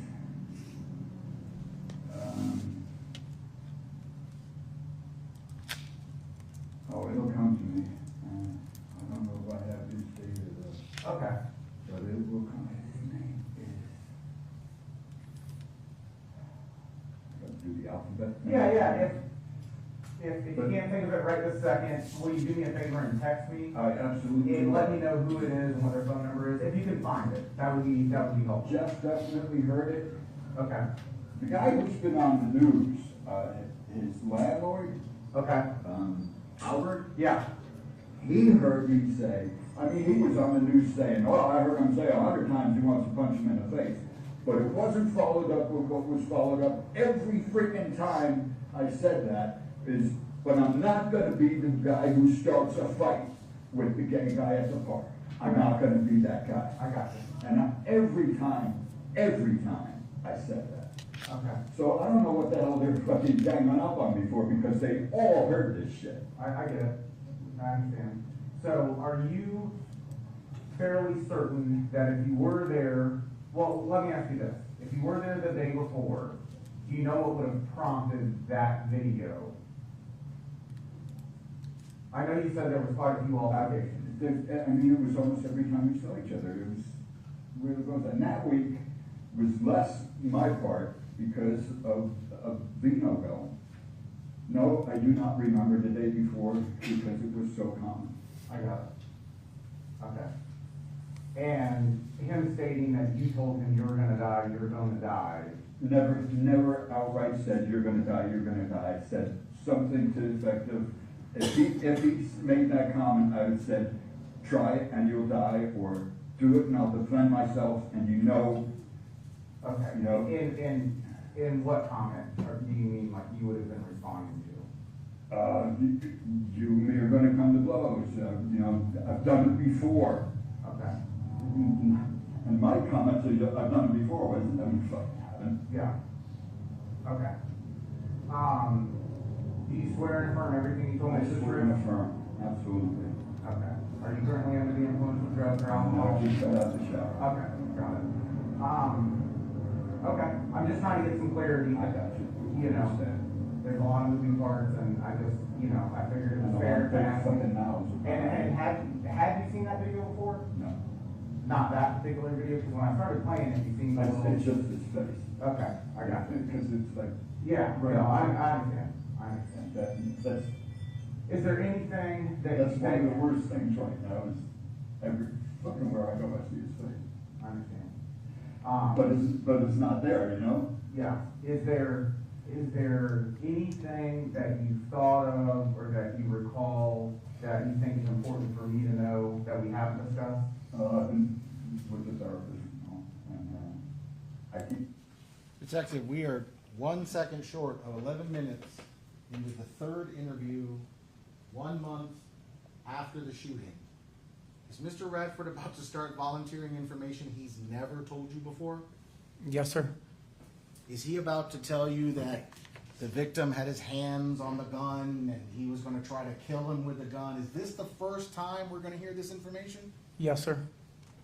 You get these flashes, other hand, of his hands holding my hand, like right here. So I'm overly aware of how close I came to being shot with my own gun now. Okay. His DNA has got to be all over that gun. I can't get it out of my head. Both his hands on my hand trying to turn the gun on me. Okay. something that's come to the, I guess, forefront And of your, from just like flashes of this thing that's going on. okay. Okay. Well, do me a favor, if you figure out who the other guy is that you said plays grass, that might witness that. Rice, B-R-Y-C-E, in the evenings, he goes there. Okay. He's got 2 dogs, I don't know his last name. Do you have his contact information? Never did. Okay, yeah. I got that. White male, black man. White male, maybe 6 foot, 180 pounds, thin. Yeah. Okay. All right, well, we'll be in touch, all right? Text me if you figure out who that guy's number is, and then just keep me updated on the emails that you've been doing. I appreciate that. Nothing. Yeah, no, if you think Well, about it. we're not sure. Yeah, But that, the other, the guy that said the seller. yeah, Or Jeff, his name. I got you. I don't Yeah, know his last name. I got you. Whiskey, be good, okay? He's gonna lie there for a while. Bro, I'm sure he probably prefers it outside. Yeah. You guys have the porch, does he hang out on the porch quite a bit outside? He used to. Yeah. But for the past, like, week, he sits and just stares out there. He won't go out at night. Oh, really? We're losing, we don't know why. Yeah, I'm sure quite a bit changed We when it know was, something we don't. yeah, I gotcha. All right, well, we'll be in touch. If you need something, reach out to me, okay? Yeah. All right. Yeah, I'll reach out to you soon, okay? So, all right, have a good day, all right? Got that therapy at 11. Okay, fine. Somewhat better. Okay, yep, if you need something, call me. You got my direct number? Yeah. Yep, for sure. All right, yes, sir, thank you. Yes, sir. Detective, Mr. Radford was subsequently arrested a short time later. Yes, sir. When was he arrested? March 8th, 2024 at approximately 1340 or 1340 hours, 1:40 p.m. Okay. So we're at March 8th, an arrest has been conducted, Mr. Radford has been charged. I want to talk with you about a home that sits across the street from the dog park that I think we attempted to get video from and were not successful. You know what I'm talking about? Correct, sir. Okay. And so I want to first clarify so the jury understands, this is State's Exhibit 2A. Oop, gotta click over, sorry.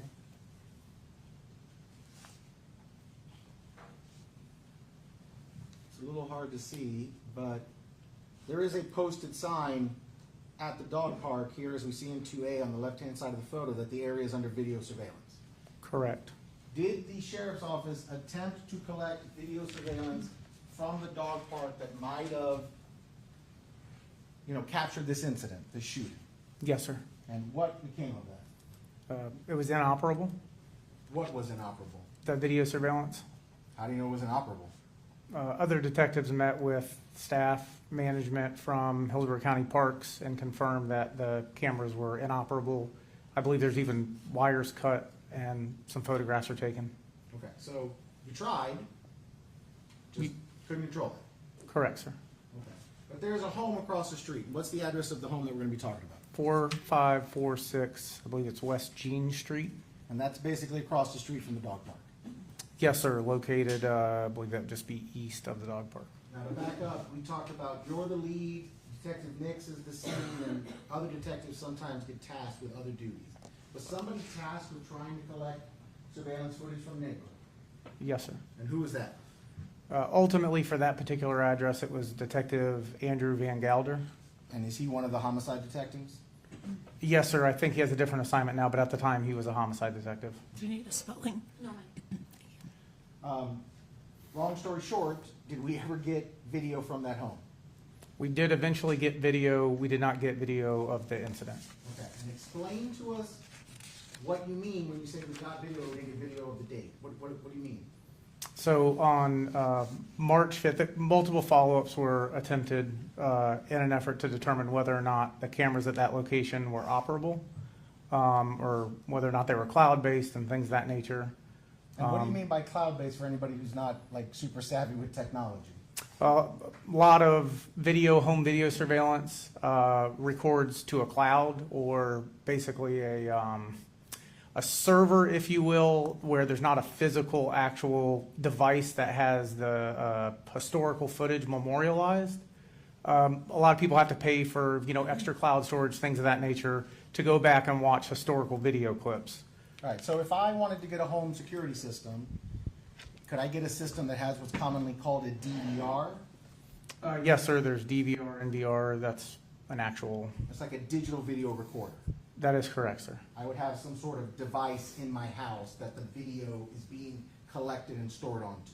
That is an option for video surveillance, home video surveillance. If I wanted to go get home video, I could also get a system where the video just goes to the cloud, some computer somewhere in the world, and then I can try and access it later, but I don't physically have it. Is that correct? That is correct. Right. So you discover this house across the street at 4546, and it appears to have cameras.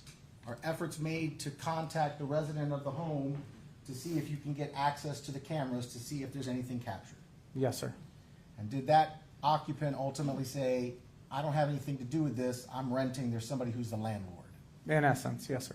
And who was the landlord provided to you? What name were you working with? So we have somebody to refer to. It was provided to Detective Van Gelder. I believe it was like Ednardo.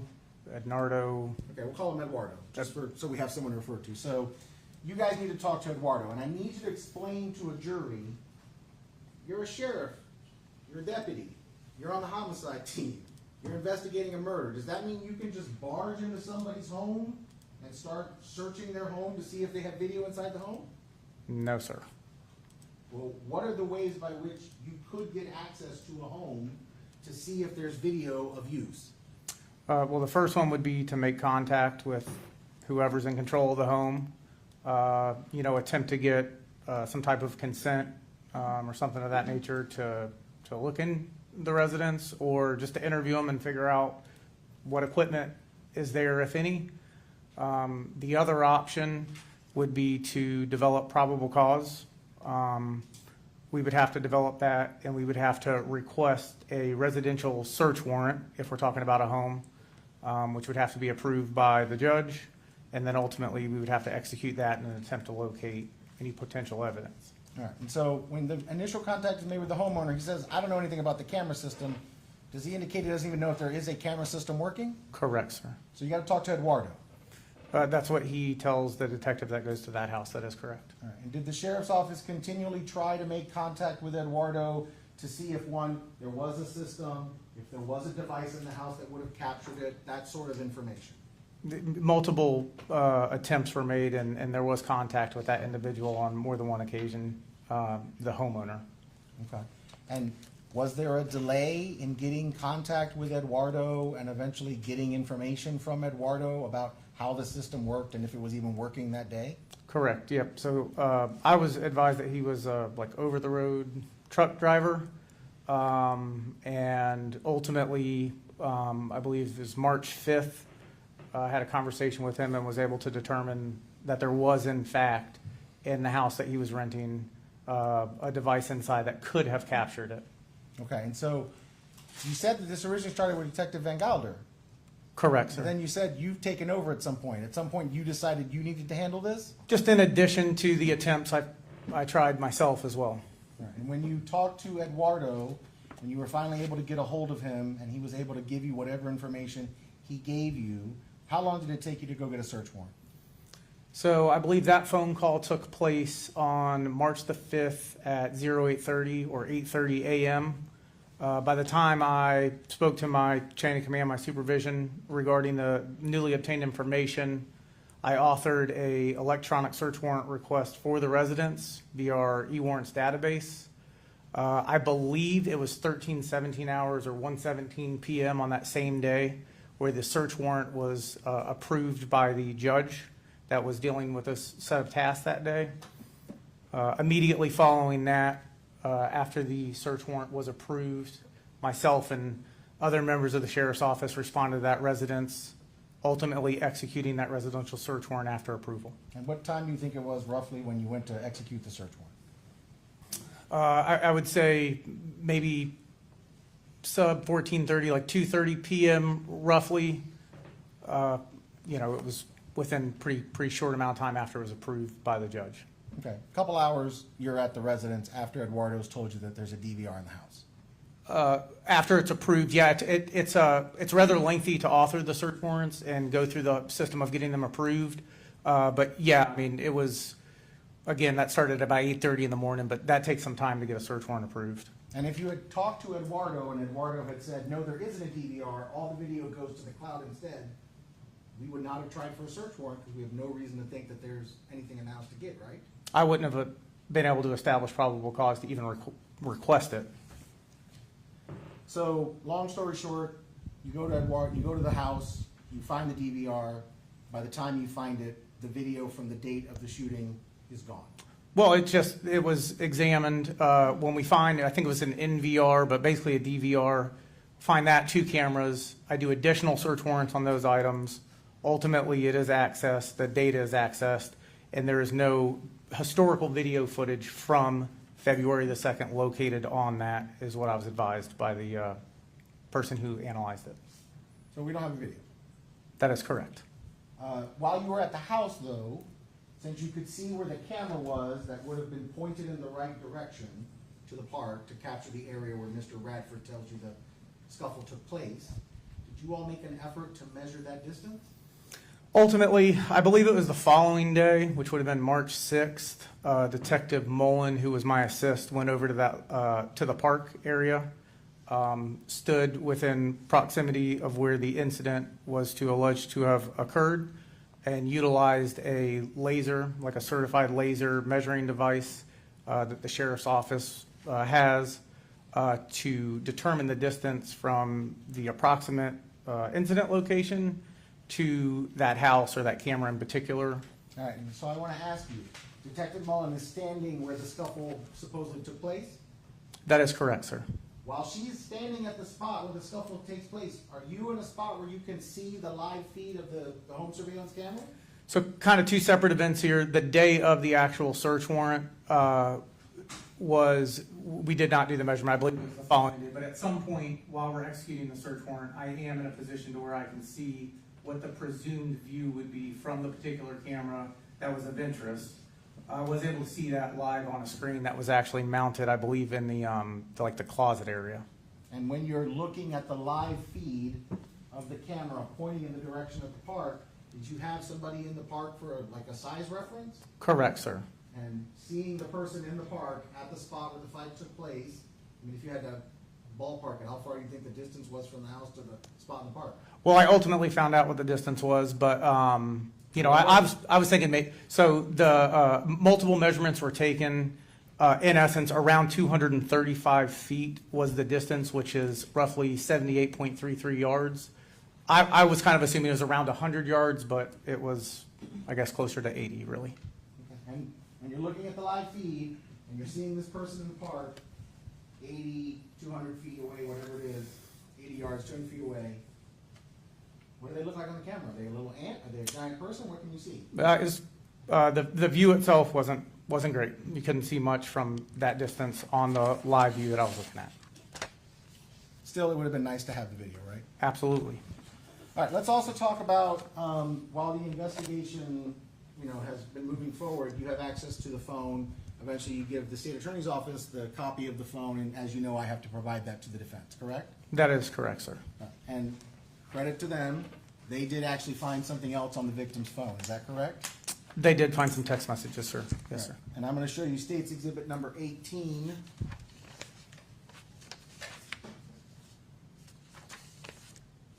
Do you recognize this? Yes, sir. Now, once the defense brought it to our attention, I had you go back and confirm this is text messages on the victim's phone, correct? Yes, sir, you did. And according to what it says 1/31/2024, 3:19:55 a.m. UTC, and then later it says 2/1/24. So is this already converted to Tampa time from UTC, or is this not converted? No, sir, it's not converted. The UTC +0, like I described earlier, in essence, given that time frame, it would have to go back. You would have to subtract 5 hours from the actual timestamp that's on that report. So that first one, for example, is 3:19 a.m. We'd have to roll back to 2:19, 1:19, 12:19, 11:19, 10:19, right? That's That would be correct, and then I think actually it would switch the day as well. right. It would obviously switch the day because I crossed midnight. That is correct, sir. Okay, but this one here, this one is at 6:11:26 p.m. We would subtract 5 hours. We get back to 1:11:26 p.m. Tampa time. Is that correct? That would be correct, sir. And the date doesn't change. You would still expect it to be February 1st. Given the 5-hour difference not going either side of midnight, it would stay the same. Okay. And so this is the text message we found, and I'm not going to ask you to interpret it because jurors can read for themselves. But this is what was found on Mr. Lay's phone by the defense, eventually passed on to us and confirmed by you to be on Mr. Lay's phone. That is correct. It was on the forensic report. Can you all read it? No. I can, do you need me to zoom in or anything? Either he can read it or, You want me to read it? I'll read it. The first one that starts in blue says, "Hey Walt, I have not been able to find any paperwork from my court case. I do remember that his first name is Declan. I have given this some serious thought. I do hope you will file a police report because what he is doing to you constitutes a hate crime and he needs to be stopped. Have Tammy or one of the guys ask him what his last name is. Let me know what is going on. Love you." That's from Sue Jones, which also says /Callie. Then there are 2 text messages in green, and we would understand these to be text messages sent by the victim, correct? Yes, sir, sent by the victim to Miss Sue Jones. Okay. And the first one says, "Hello, I'm at work. Our computers are down. I was able to get all his info from the morning crew. He's crazy. He doesn't have anywhere else to go. He doesn't really intimidate me. I'll keep you posted. I thought if he blocks my path again, I'll try to tackle him. He's really older than he looks. He's weak and feeble. I'll keep you informed. This weekend should be drama." And then the last one, which we hadn't talked about, which says 6:24:32 p.m., which is 1:24:32 p.m. "He's eat up with bursitis. I think he wants me to beat him in some weird crazy sex, ... I don't know, LOL."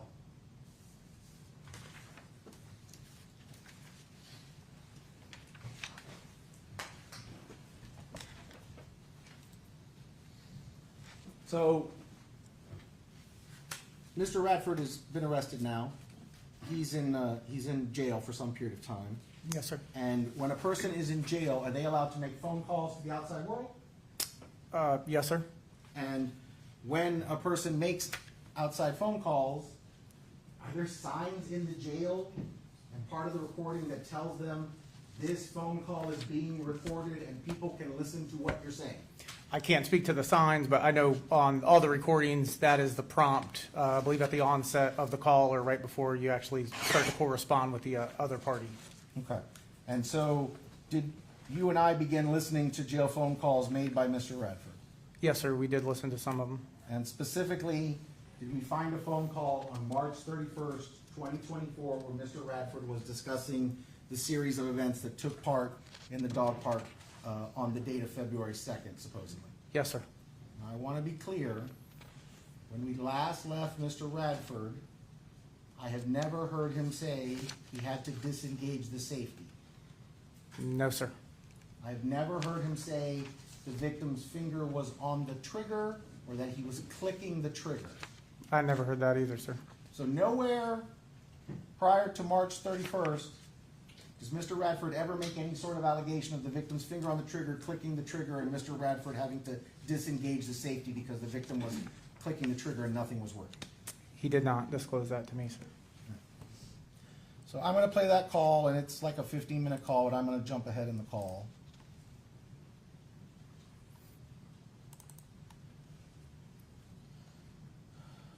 This is the phone call that ends in 12_196_637.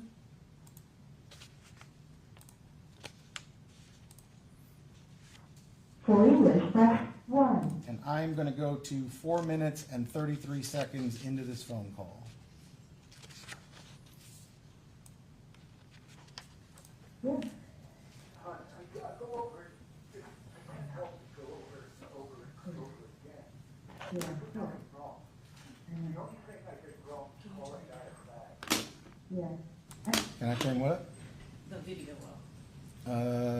this is as loud as it goes, I think. Volume on the computer. Volume on the computer is at 100 and the volume on the video is at 100. I'll back it up a second.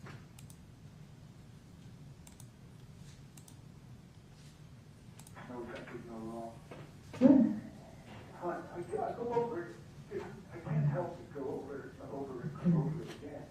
Yeah. I did nothing wrong. Mhm. The only thing I did wrong was call that guy a fag. Yeah. I know. I didn't twist his arm. I didn't fucking make him do the things he did. I didn't give him HIV, and I sure as hell didn't want it from him. Yeah. No. I turned around to look for the whiskey, and when I turned back around, he covered 10 feet in a matter of seconds.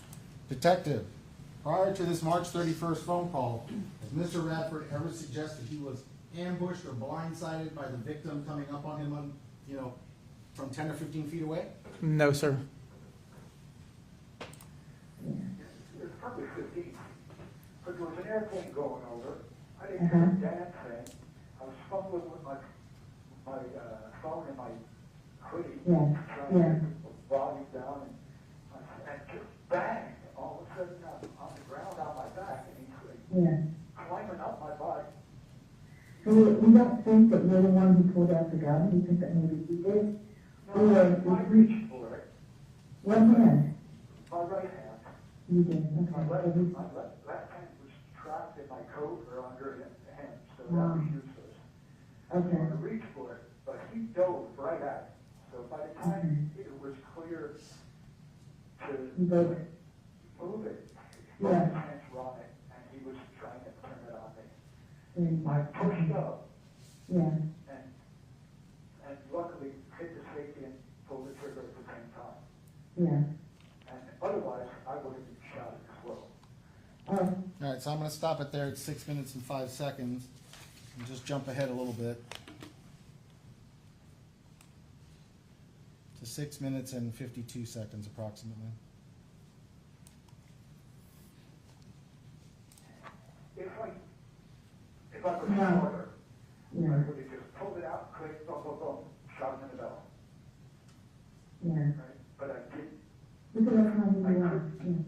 He had it. I couldn't get the safety. Yeah. So, and I heard, We'll get this out. I heard the clip say, I heard Uh-huh. that myself. I Uh-huh. was like, oh shit, so I have to do it now. 'Cause- Uh-huh. and Let's do it ahead. he caused it to jam up because one of his fingers was in that trigger guard on top of mine. And he was pulling the trigger as fast as he could, but nothing was happening. And that probably, it seemed like 10 seconds, but it probably was only 2 or 3 seconds Yeah. before he went limp. And I was like, oh shit. Yeah. All right, and I stopped it at 7:45 in the phone call for purposes of the record. So that's Mr. Radford now saying finger on the trigger guard, finger in the trigger guard, pulling the trigger, clicking of the safety. I would have been shot if I hadn't disengaged the safety first and shot him. That's correct, sir. I also want to play the other jail phone call that is admitted. These are both admitted as State's Exhibit 17 for the record. This is the one that ends in 13_135_915. Did you and I discover a jail phone call from March 23rd of 2024? May 23rd, sir. May 23rd, I'm sorry. Got my dates. March 31st, May 23rd. Thank you. Yes, sir. This is that phone call? Yes, sir. And I'm going to go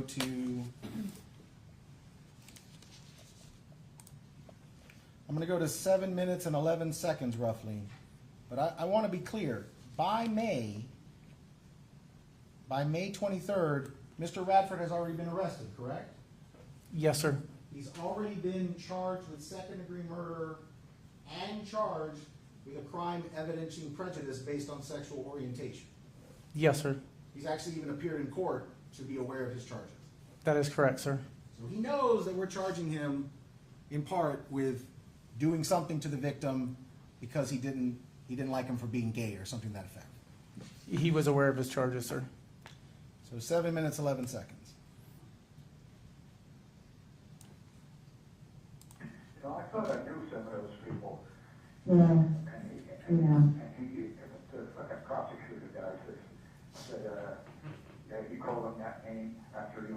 met him at a dog park. I knew him for 4 years. Yeah. And then he treated me like shit for 4 years before I said, you're a fag. Yeah. Stop talking about that gross shit. Yeah. I told him to his face, I said, there's gay people and there's fags. Gay people live their lives and have a normal relationship with their spouse, and they go home and they keep their shit in their bedroom, and that's it. You're a fag. Yeah. And I saw, that's when Kim gave me a look, and I saw this wound her up, so that's why I kept calling her, you know.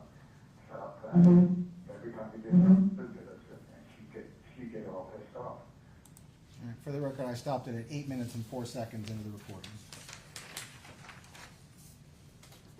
Judge, if I could have 1 minute? Yes.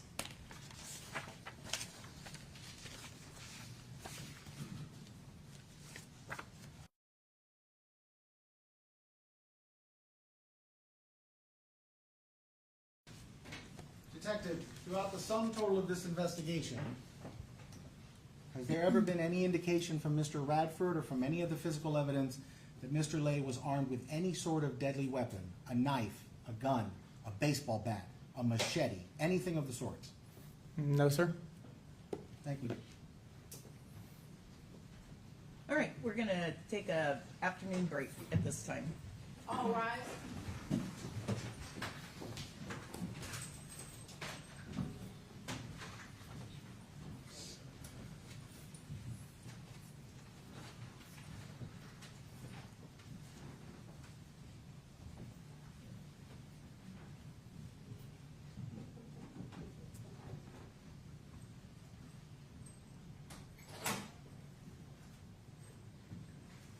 All right, we'll be in about a 10-minute recess.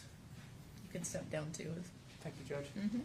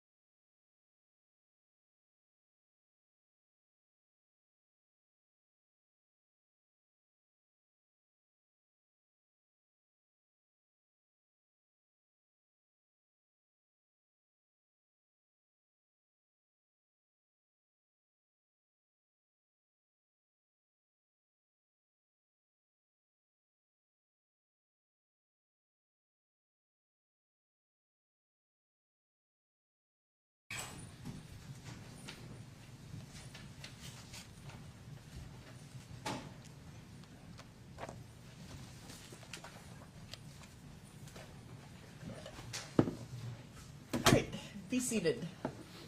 Cross-examination.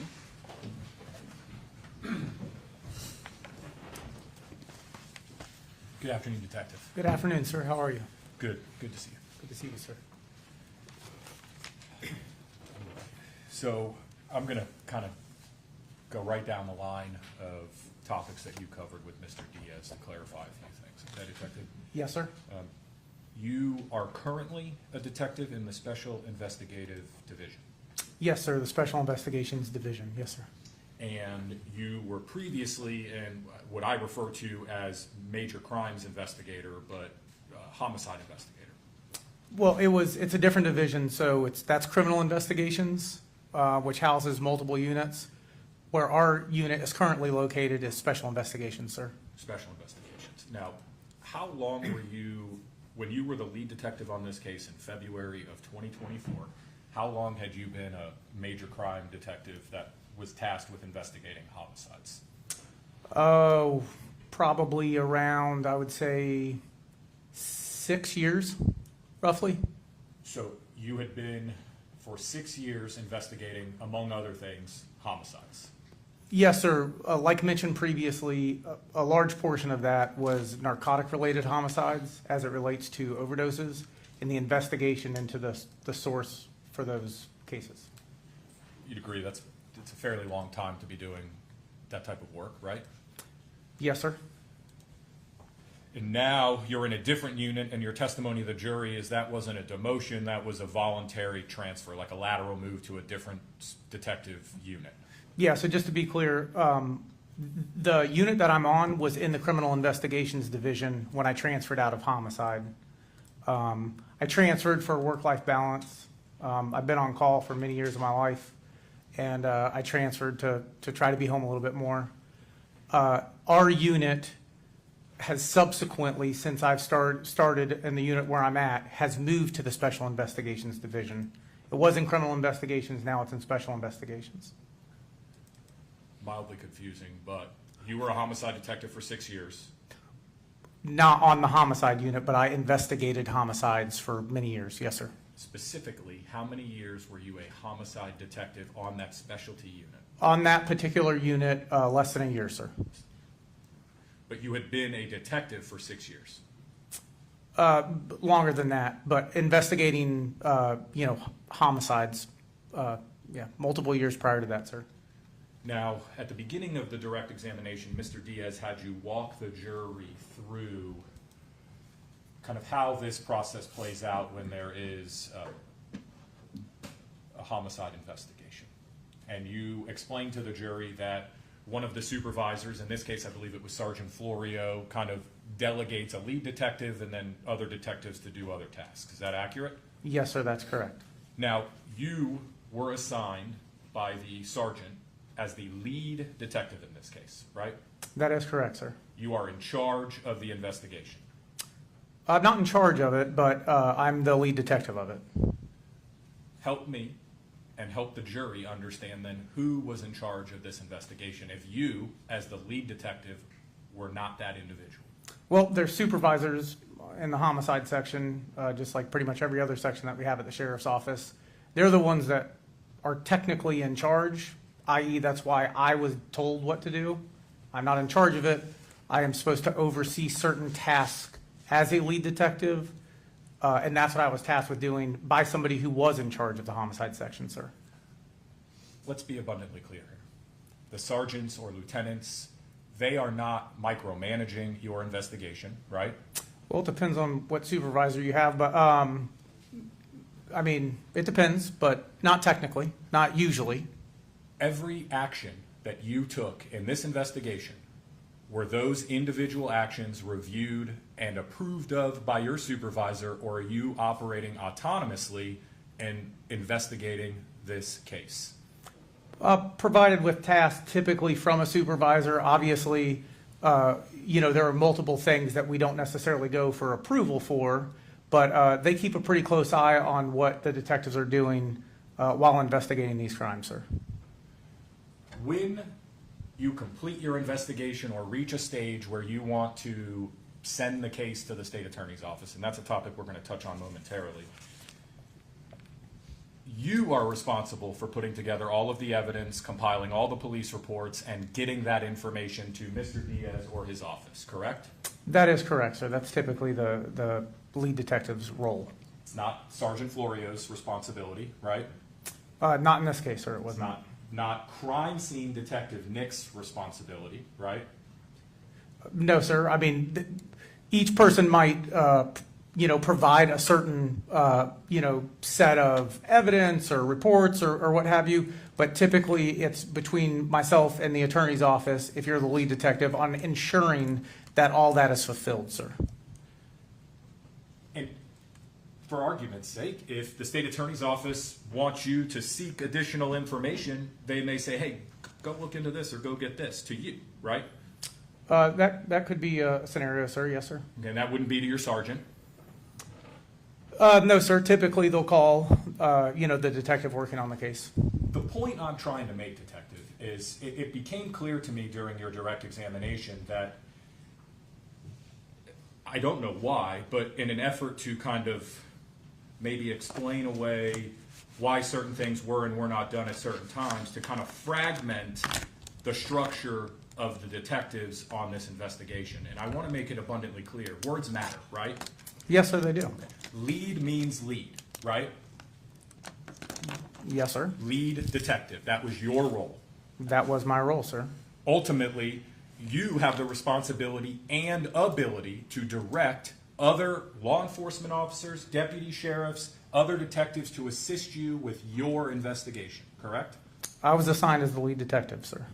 And to answer my question, you have the ability to delegate tasks to other deputies and detectives or ask for help, right? On certain things, yes, sir.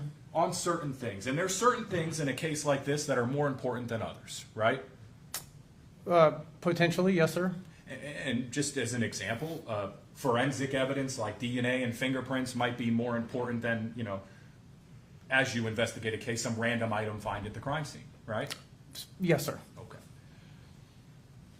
So we've established that you are the lead detective. You have supervisors, but you are in charge of this case.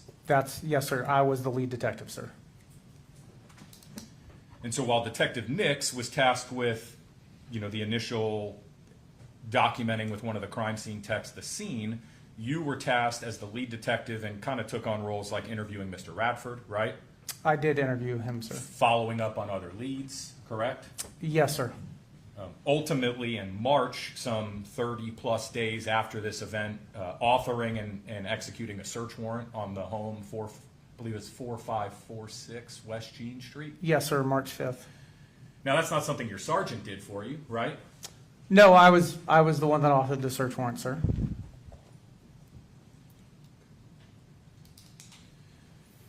Now,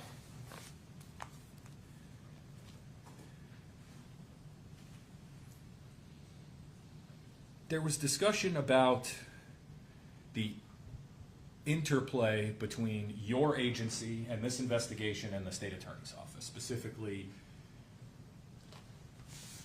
your agreement that you don't effectuate an arrest in a homicide without approval from the state attorney's office. Do you recall that? Yes, sir, that has been discussed. Can you tell the jury what dates between February 2nd of 2024 and Mr. Radford's arrest, I believe it was March 8th? It was March 8th, sir. Of 2024, what dates that you met or spoke with the state attorney's office about this case?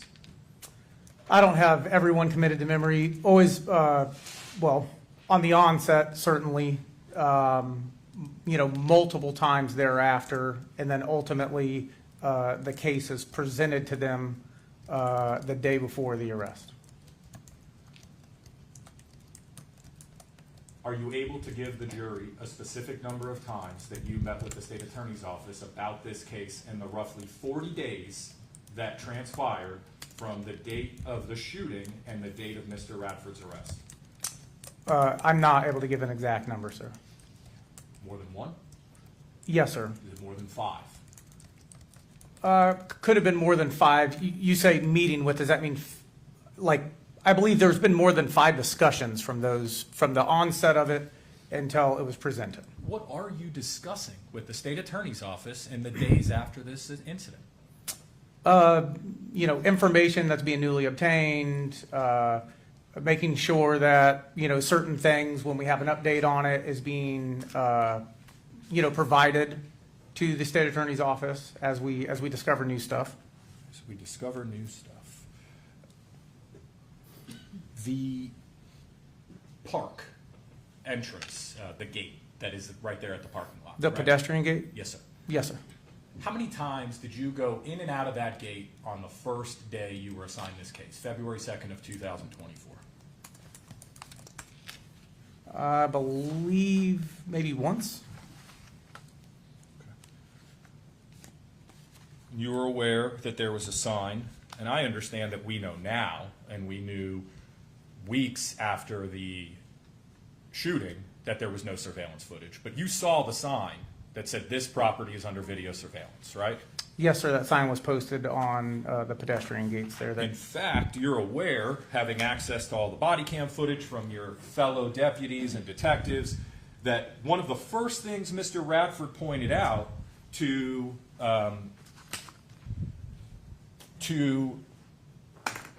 the responding officer. Objection, calls for hearsay.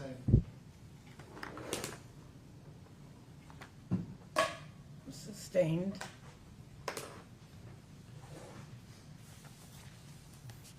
You saw that sign.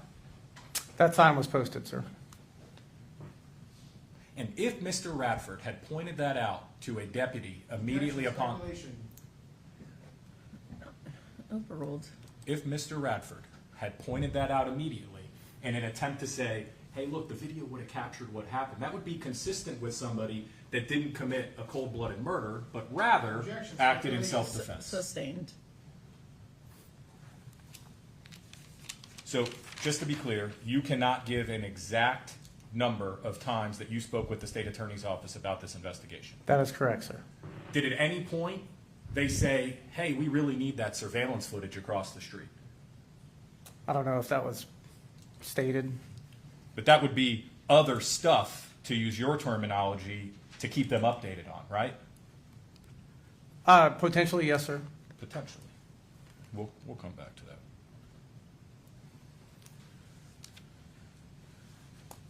Now, to be clear for the jury, the state attorney's office and the sheriff's office are independent, autonomous entities, right? We are two separate offices, sir. Different responsibilities, yes?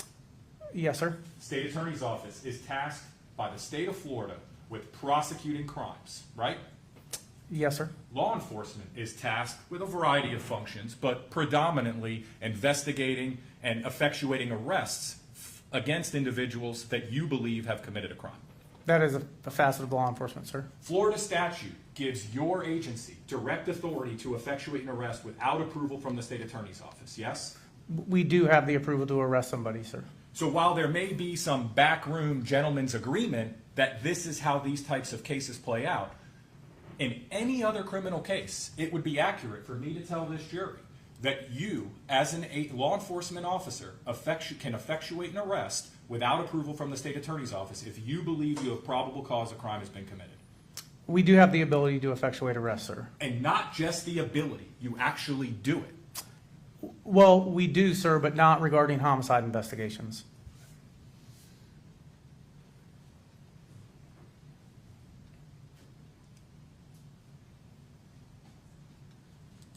Now, Mr. Diaz asked you, and you confirmed, that in a self-defense case, it requires a presentation to the homicide committee. Is that accurate? Yes, sir. What dates did you present this case to that homicide committee? March 7th, 2024, sir.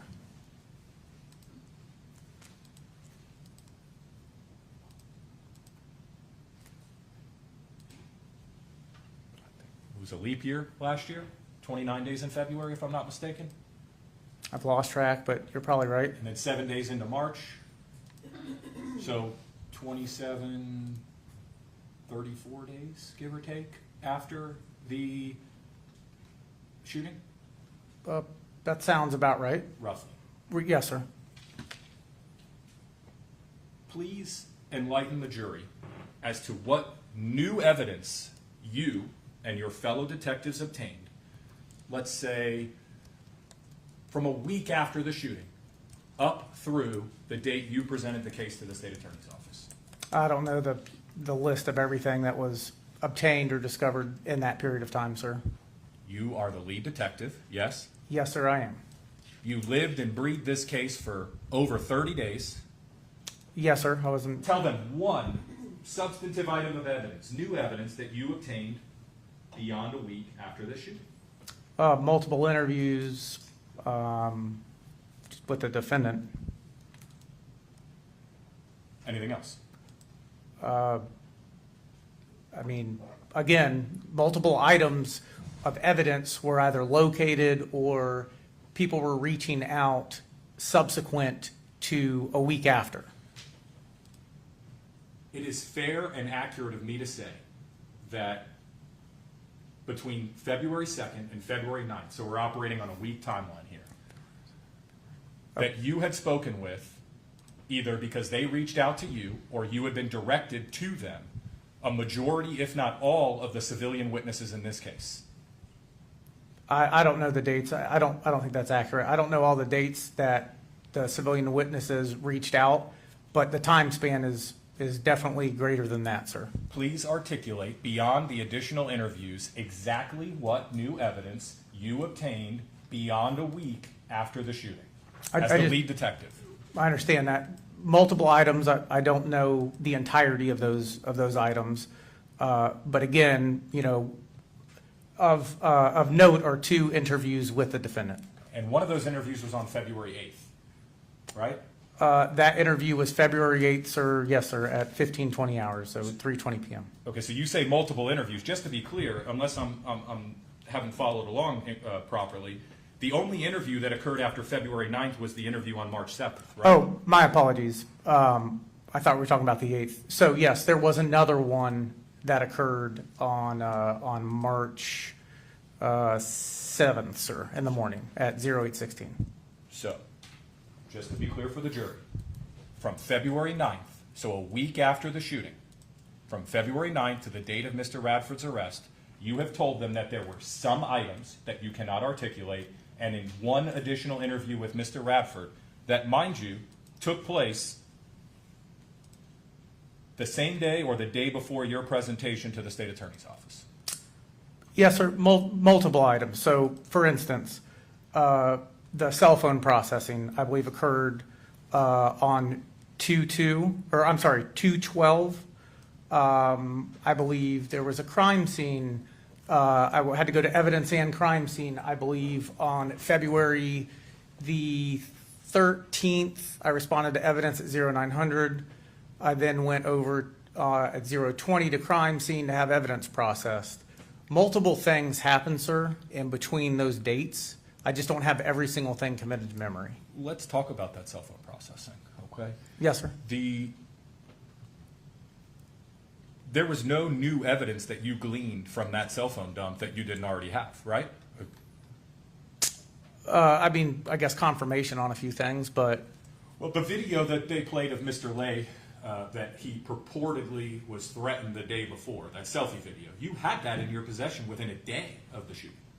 I don't believe that's correct, sir. When did you get it? I believe it was multiple days thereafter. So within a few days of the shooting? That's probably pretty close, maybe 3-ish, 4.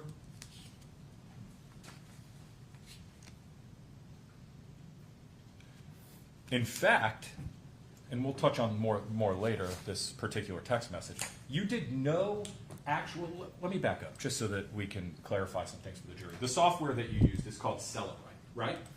That is what the sheriff's office, that's one of the programs the sheriff's office uses. There's another program called Axiom, if I'm not mistaken. That is correct. But your agency uses Celebrite. Well, we use multiple, sir. In this case, you use Celebrite. Yes, sir. And when I say you, I'm referring to the digital forensic analyst. I appreciate that. Yes, sir. And Celebrite, you're familiar with it? I am, sir. It has in the top right corner of, let me break it down even further. When you populate a cell phone extraction, as they're referred to, correct? Yes, sir. As all these different dialog boxes, images, messages, browser history, apps. I mean, you name it. If it's on the phone, there's kind of a tab that you can click and kind of dive down into. That could be present on a download, sir. Additionally, in the top right corner of that software, there's a search bar. Yes, sir, there's a search bar. And you've used that search bar before. I have, sir. Now, you're looking for other stuff and you're in communication with the state attorney's office. Surely, during the 30-plus days that you were investigating this case and in the time frame subsequent to receiving the cell phone extraction, you went through that phone to determine if there was any inculpatory or exculpatory evidence pertaining to this case. I did review a portion of the phone, sir. What portion did you review? Multiple videos. I did look at some text messages, call logs, photographs, things of that nature. In fact, the software has the ability to narrow down into a specific date range, right? Yes, sir. And so you can either explore the entire contents of the phone, or you can select 1 day, 2 days, 5 days, whatever you choose. Yes, sir, it does offer those capabilities at times. Taking it a step further, you can even do that search feature within individual tabs, text messages, internet history, phone calls, right? Yes, sir, on some of them I believe you can. So surely you, as the detective in this case, went into Walt's phone and started looking at the text messages and went in reverse order from the time of the shooting, right? Not necessarily, sir. I did look at some of the text messages. What text messages did you look at? I don't know specifically, nothing that was memorialized that seemed of any great substance. Nothing that seemed of any great substance. Well, had you gone through the text messages in reverse order from newest item on the phone to oldest, because admittedly you would agree that once the shooting took place, there's no more text messages being sent from the phone. That would be correct, sir. We had the phone. And so it would be fairly easy, now that we've explained this software to the jury, for you to go through that phone in chronological order to look at these messages. That would be an option, sir. And it wasn't until I located a text message that I sent to the state attorney's office that you became aware of the message that you've discussed with the state on direct examination. Correct. ASA Diaz informed me of that text message, and then I confirmed it on the Celebrate. Now, there has been significant discussion on direct examination between you and Mr. Diaz, implications being that Mr. Radford may have added new details or changed his story. And those are the types of things you take into account in your investigation as it evolves, right? Words are important. The investigation's organic, so to speak. I mean, yes, that has been discussed. There is no telling what you're going to glean as you investigate a case. What you're going to learn, what you're going to find as you get these results back. Yeah, I mean, that's part of the process And while investigating. surely this message, had you looked for it and had you found it, would have affected your investigation, at least in the light that you viewed it in as the lead detective, right? I would have documented it. Are you saying it doesn't change your perception of the case one way or the other? I'm saying that if I located it on the Celebrate, I would have documented it. Speaking of documentation, you keep, you're tasked as a detective and a deputy sheriff of the Hillsborough County Sheriff's Office with writing reports on cases you're involved in, right? That is correct. You've been trained in the importance of those reports, yes? Yes, sir. You've been trained in how to write them, yes? Yes, sir.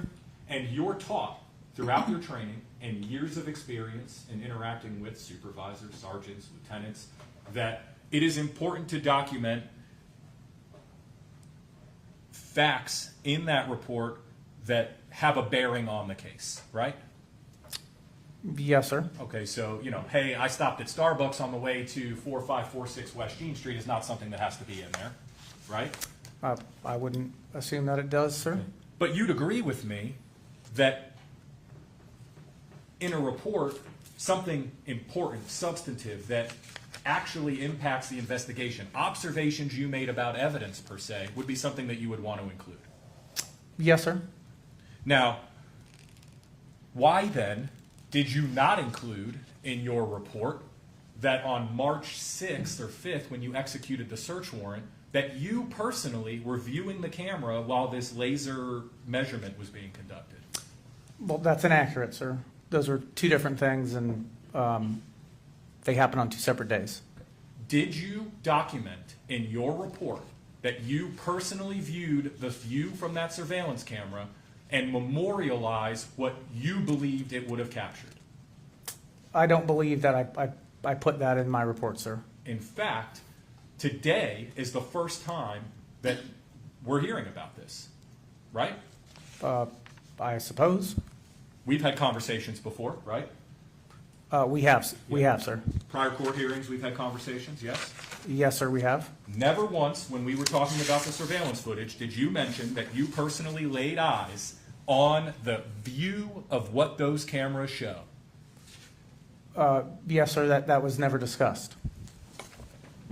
Well, we discussed the importance of that type of surveillance footage, right? Yes, sir.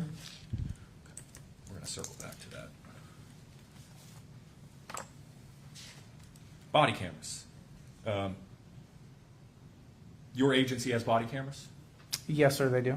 And I understand that detectives don't wear them, but if you went to your sergeant or lieutenant and said, hey, I'd really like a body camera, they'd give you one, right? We are assigned body cameras, sir. Did you have body camera active in this case? I don't know if I had one assigned to me at that time. I'm not exactly sure when those went out to the detectives. I don't remember when I got my body camera, sir. But if my understanding is correct, you were not wearing body camera during your investigation in this case. That is correct. I was not. Whether you were issued one or not, you can't remember. I don't know when I got it issued, but I was not wearing one for this investigation, sir.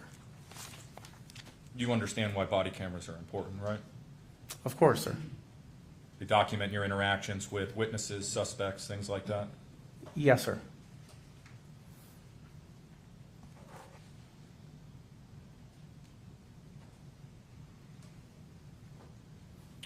You and Mr. Diaz discussed the clothing and appearance of Mr. Radford utilizing some photographs that were taken at the scene prior to the walkthrough. I'm showing what has been entered as States Exhibit 14A through I.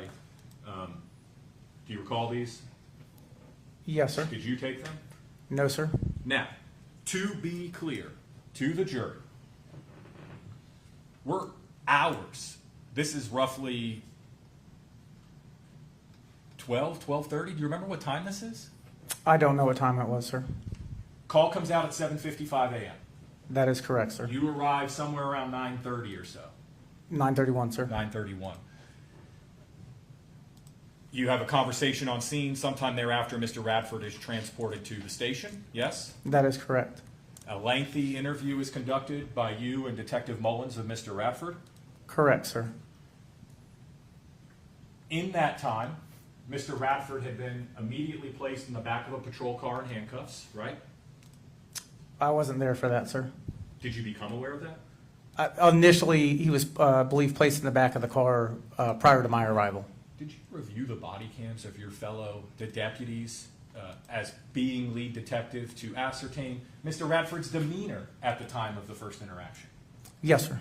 And you saw that Mr. Radford was experiencing and exhibiting emotional swings identical to the emotional swings we saw on that first interview, right? I believe that was some portion of the video, sir. He'd go from kind of normal conversational to just an emotional wreck like that. With me, yes, sir. There was some ebb and flow regarding his temperament and during our conversation. I'm specifically talking about, as lead detective, your review of your fellow officers' body cameras when they originally got to the scene. Yes, sir. Deputy Lowe and Deputy Hoffman's body cams. They showed the same behavior from Mr. Radford, yes? Similar, sir.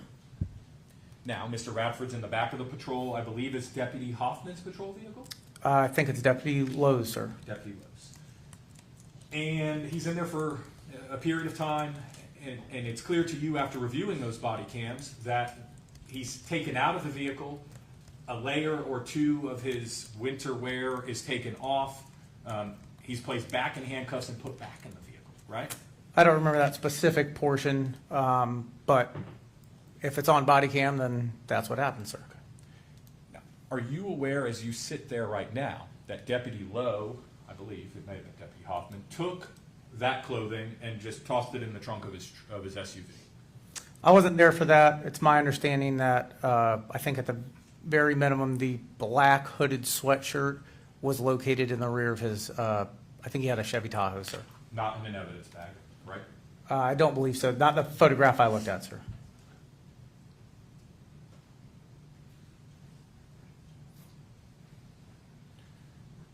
So subsequent to these events, how long after you arrived on scene would you estimate you took Mr. Radford or asked Mr. Radford to go to the station?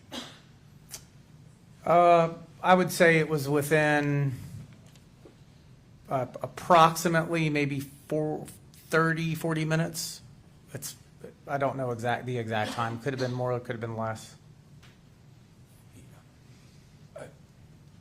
Question just popped into my head, Detective, and I'm curious. You know, on direct examination, you were able to recall exact dates and times in military time to the minute certain things took place. But when I ask you, you know, on what dates did you meet at the state attorney's office, or what additional evidence did you find after the first week, you can't articulate with any specificity exactly what that is, and in your words, because you can't remember. Why is that? Well, because I don't think it's that important. I don't think the amount of time I was there from when I arrived to the second that we left was significant. No, I'm referring to the additional evidence now that you said you were waiting on, and the other stuff that you found out in the 20 days leading up to Mr. Radford's arrest. Why can you not articulate to the jury with specificity those items, but you can recall with exact specificity the date and time to the minute you executed a search warrant in March? Well, I did, sir. I believe the cell phone download email that came from Stephanie Sewell was sent on February 12th at 15:56 hours. I think on the 13th, I reviewed the cell phone. Subsequently, at 0900, I responded to evidence. At 0925, I went over to the crime scene section to process one of the items for blood in the presence of crime scene. I have been very specific, off memory, sir, of what occurred after the time frame that you've asked. Detective Herrick, what was the first date you went to follow up on the surveillance footage located at the park? I did not. I did not do that, sir. That was Detective Van Gilder. Surely, though, at some point you followed up or tasked somebody with getting that surveillance footage. I believe a supervisor did, but I did not go over there and do that personally, sir. Please tell the jury the exact date, the first date that you followed up on the surveillance footage across the street. Well, specifically for 4546 West Jean, I believe the conversation took place on February 20th, I believe at 8:30 a.m. Regarding that. There was two other surveillance cameras, sir, that I looked at. One at 4546. It would have been Hannah Avenue, and then 4546 as well, sir. And that would have been on the 12th, and I believe it was around 1700 hours when I responded to those locations, sir. So if I understand you correct, the first time you personally followed up was February 20th. I believe that was the first time I had like telephonic contact with the homeowner regarding 4546 West Jean Street. Was, I believe, February 20th at 0830, sir. If you had gone to your sergeant on February 3rd and say, hey, Sarge, I've got a report here from Deputy Laval that I'm reviewing because I'm the lead detective. And Deputy Laval on February 2nd, while I was interviewing Mr. Radford, notated in his report that at 4546 West Jean Street, I observed a surveillance camera attached to the residence which pointed toward the crime scene. If you had gone to your sergeant and said, Sarge, I got Mr. Radford telling me this was self-defense. He's got injuries to his face, significant injuries, I would submit, but the jury can decide that.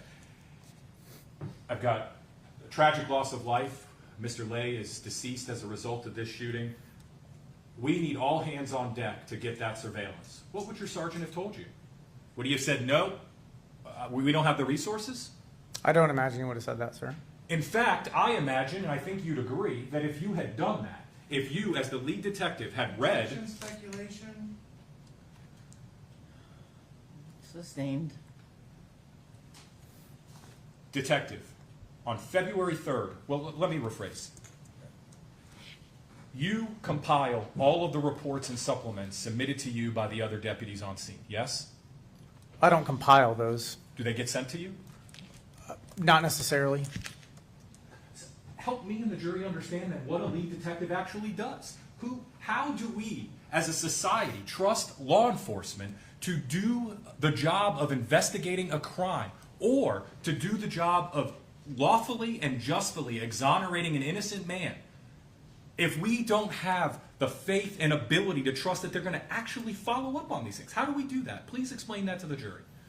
Well, you guys have heard an extensive amount of follow-up was conducted on this case, which is why the decision wasn't made overnight. So I think that's been made pretty clear, sir. Well, let's talk about that extensive follow-up. On February 2nd, Deputy Sheriff Laval writes in a report that there was... Calls for hearsay. Sustained. Are you aware, Detective, that one of your fellow deputies on a case that you were the lead detective on advised in a report Objection, calls for hearsay. Approach the bench.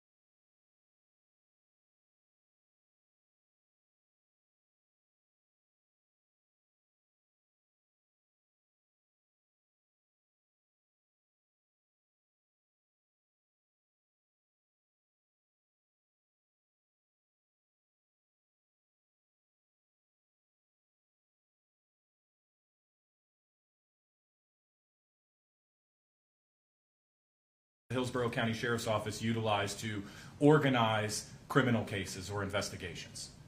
Yes, sir, when it's authored. Okay. So if a report had been authored on February 2nd and you searched for fellow deputies' reports, you would have been able to read those reports?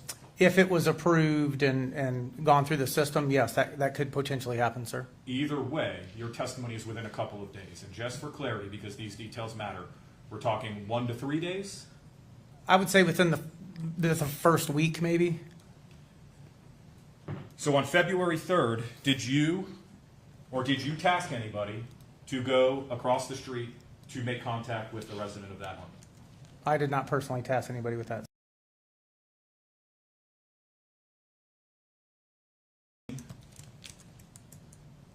and didn't make, at least this is what your testimony is to the jury, didn't make observations that there were cameras on that house, or at least you don't have a memory of that. That would be correct. You departed the scene of the shooting and went with Mr. Radford to the station, right? Correct, sir. And at that point, you didn't. Is that something that you typically do in your cases? You know, look around for surveillance footage on your own as the lead detective? Yes, sir. But you didn't do that here. Well, not regarding this particular home. I responded to the dog park and then ultimately went to the District 3 office. I'm not even certain if I passed the home, sir. Okay. On February 4th, did you go to 4546 West Jean to try to make contact with the homeowner? No, sir. Can you advise to the jury if anybody within your agency did? I don't know that, sir. On February 5th, did you or anyone in your agency go to 4546 West Jean to obtain surveillance footage? I did not, sir. You, having the benefit of hindsight after the search warrant was executed, became aware that the surveillance had overwritten back to February 19th, correct? I was advised that historical video surveillance from the 2nd was not located on it. I don't know anything other than it wasn't on that NVR. Did you ask the individual within your agency tasked why? The individual that accessed that data just stated that it was not captured. There was no video from February 2nd, sir. Forgive me, Detective Harrop. You are investigating a shooting that ultimately resulted in the arrest and charges against Gerald Radford for second-degree murder. And you did not inquire or follow up with the forensic witness as to why in any capacity. You just accepted that there was no video footage. There wasn't video.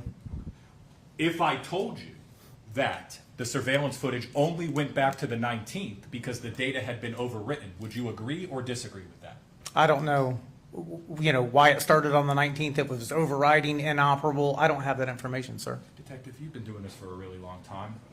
You know that at 7-Elevens and DVRs and NVRs have the ability to store a finite amount of data, yes? What do you mean by finite, sir? Well, it's limited by the capacity of the locally stored hard drive, if it's not cloud-based storage, yes? Yes, sir. In fact, I can say with almost certainty, correct me if I'm wrong, that you have investigated cases where there has been surveillance and you've obtained that surveillance, be it from a 7-Eleven or a Walgreens or any kind of store. Yes, sir, I have got video surveillance. And there's been times where you have investigated cases and tried to obtain surveillance and have been advised that that surveillance didn't exist anymore because it had been overwritten, yes? Yes, maybe by the owner of it, of the surveillance equipment, correct, sir. And so you, as a detective in a homicide case, know that the data itself, time is of the essence, yes? Yes, sir, it is.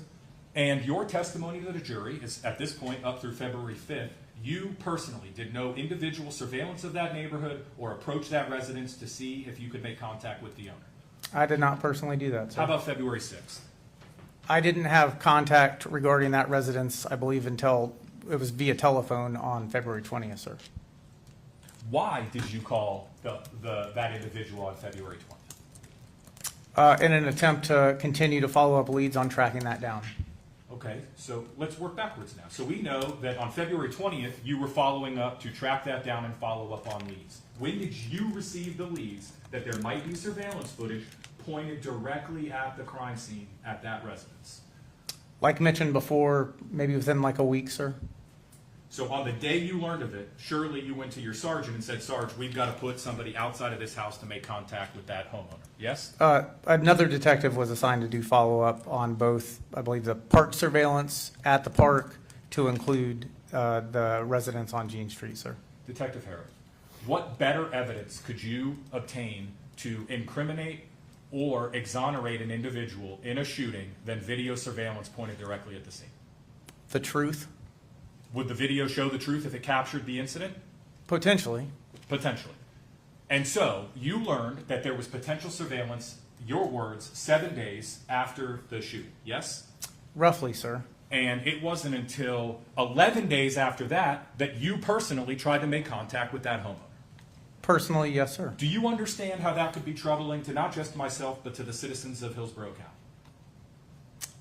County? I mean, there's other detectives involved with trying to track that down. Me in particular, yeah, that's when I attempted to make contact with that person. There were other attempts, sir. There were other attempts. Were they lead detectives? There's one lead detective on this case, sir. And that was you? It is me. Okay.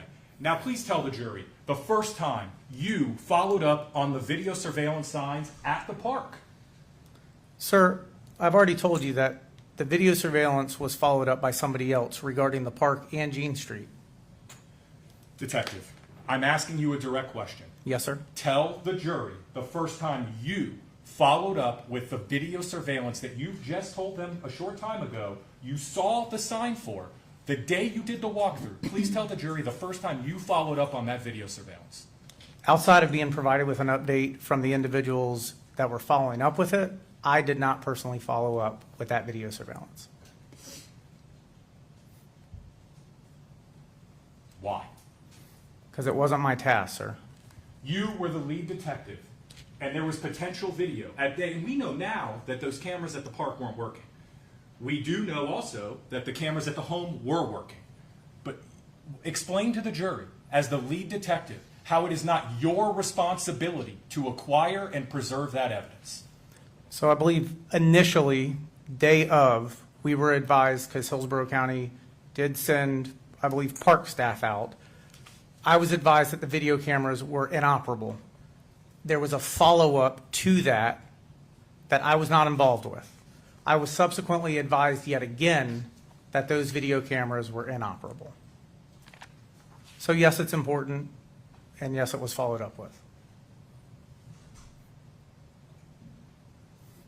So the first time you attempt to make contact with the homeowner, now how did you learn of who the homeowner was, Eduardo? How did you get his contact information? From the detective that was following up with it, sir. And when did Detective Van Gilder tell you that information? Specifically the phone number? When did Detective Van Gilder say to you, hey, I got an update on the surveillance across the street? I suppose the day that he did it. I don't know exactly when he informed me of it, but I wasn't there for that. If I told you that was February 14th, would you agree or disagree? I don't know the exact date, so. Surely the day he told you, hey, I made contact, here's the information, you followed up on it immediately? He was following up with the information, sir. He was tasked with that. Who was he tasked with that by? He was the one completing the task. I don't know who told him to do it. It wasn't me.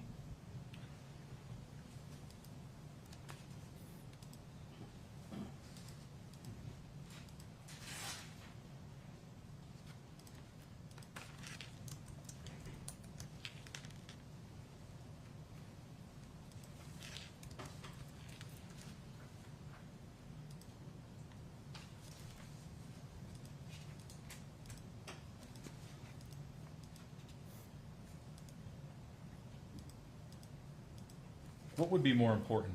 Surveillance footage pointed directly at the crime scene or the forensic cell phone dump? I mean, just, it depends. Explain to me and the jury how it depends. Well, it depends on what the surveillance captured, if anything.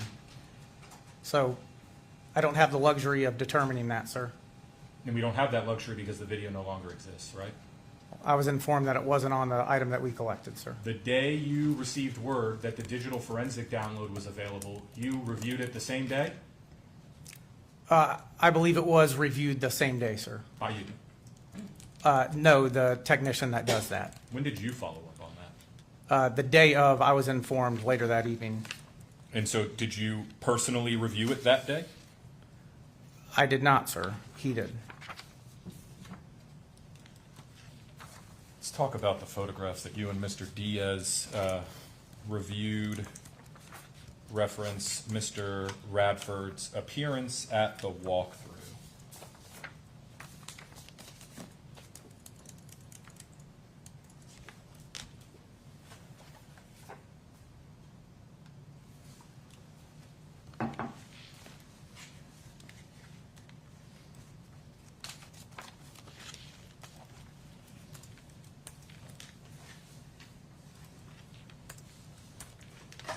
we kind of jumped around a little bit, but we were discussing that these photographs were taken several hours, 3, maybe 4 hours after the incident occurred, right?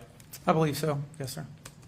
Mr. Radford had been given the opportunity to go to the bathroom, yes? I don't know. I wasn't present for that. Okay, had been given water at the station, yes? I did give him a bottle of water when we got to District 3, sir. You don't know if he was given water or opportunities to use the restroom prior to your arrival? I do not know that. No, sir. You could know if you had reviewed the body cam footage, right?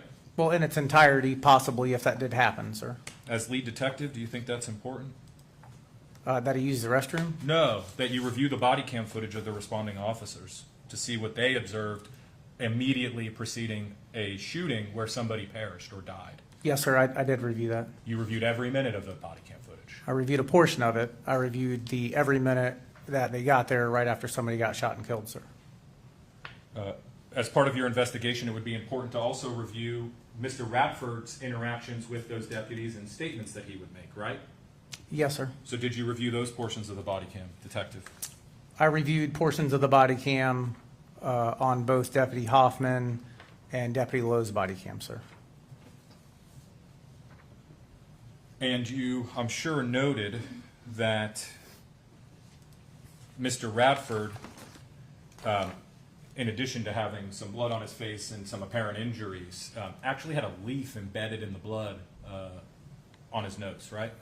I did see a photograph. There's a portion of a leaf on his face, sir, I think near the bridge of his nose. For the record, I'm showing you what's been marked as Defense Exhibit 1.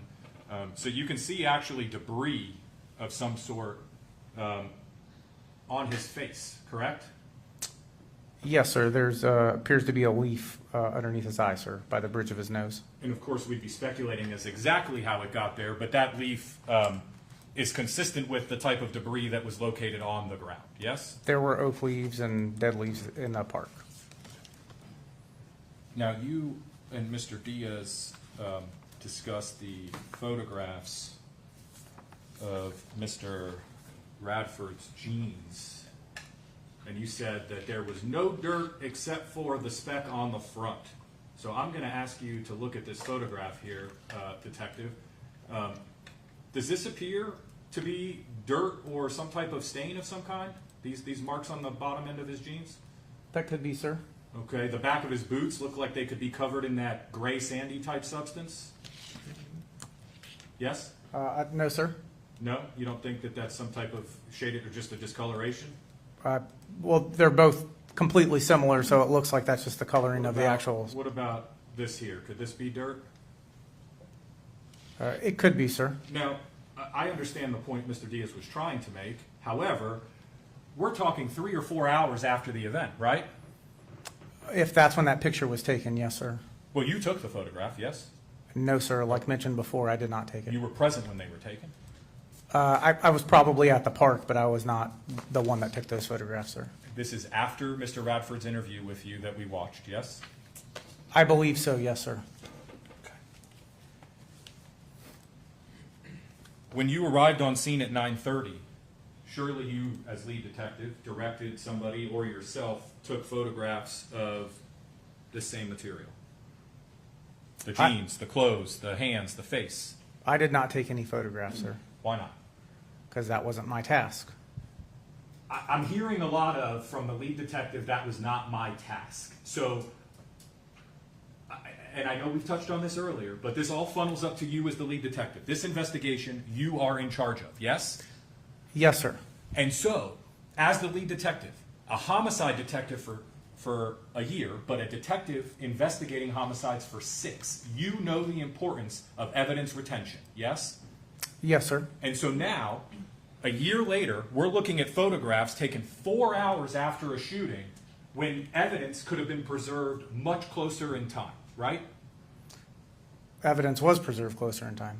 Well, and the inference being made by the questions to you on direct examination is that surely Mr. Radford didn't get attacked and roll around in the sand because these pictures taken 4 hours later don't show dirt. But you, as the lead detective at 9:30, could say, hey, I know it's been an hour and a half, I just got here. Let's get a picture of his clothes. Let's get him off. Let's get him changed. Let's put him in an evidence bag. Yes?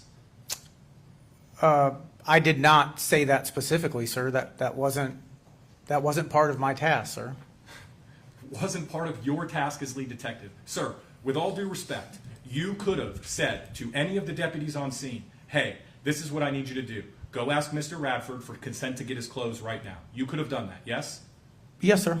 You did not. I did not, sir. You could have directed somebody or yourself said, hey, I need to take all the photographs I can of Mr. Radford right now because I know this type of evidence is easily destroyed. Yes? I could have, sir. And you did not. No, sir. Crime scene was responding, and they're the ones that deal with that. Is crime scene the lead detective on a homicide case, sir? They're responsible for preserving the crime scene, Is sir. crime scene the lead detective on a homicide case, sir? Yes or no? No, sir, they are not.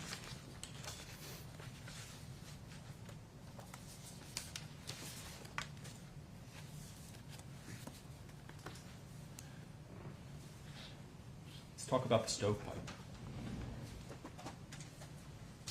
You were asked by Mr. Diaz to kind of walk the jury through the stovepiping and what that is, yes? Yes, sir, I was. And as part of that discussion and explanation to the jury, you explained that when you cleared the stovepipe, the next round would be chambered, yes? If there's another round located in the magazine and you clear it properly, it would be chambered, sir. But there are other ways that a round would not be chambered, right? Could happen, yes, sir. Well, not could happen. I mean, there are reasonable ways that a round would not be chambered, yes? Yes, sir. For example, if somebody who is rendering a firearm safe locks the slide back before they clear the stovepipe and the slide does not actually go back forward, a round wouldn't be chambered, yes? If it's locked back, it would not be chambered, sir.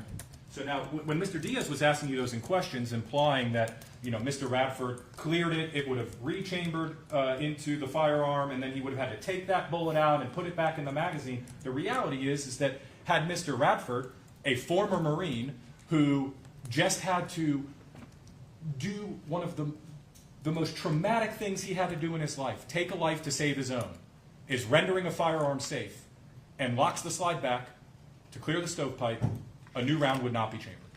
If the slide is locked back, a new round would not be chambered, sir. Or if Mr. Radford took the magazine out before he cleared the stovepipe, a new round would not be chambered. That is correct, sir. And there is no way for anybody to know which of those happened, right? I do not know, sir. Okay. So there are reasonable explanations for why the magazine would still have full 6 rounds in the magazine. There could be, yes, sir. Beyond Mr. Radford had a round rechambered, took it out, and put it back in the magazine. Yes? That could have happened as well, sir.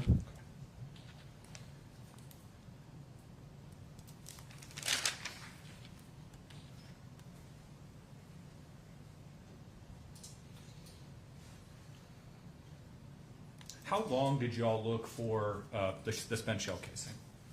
I wasn't there for that, sir. And you're not implying to the jury that the fact that you couldn't find it means that there was some effort by Mr. Radford to get rid of evidence, correct? The shell casing wasn't located. That's what I was made aware of, sir. And you make no inference from that, right? Simply, it was not located, is what I know. There was no shell casing located regarding this. They weren't able to locate it. Then, on direct, Mr. Diaz played the video of the interview, and throughout that interview, he paused at times to kind of have you explain what your interpretations were, or to clarify some things that maybe were troublesome with audio. Here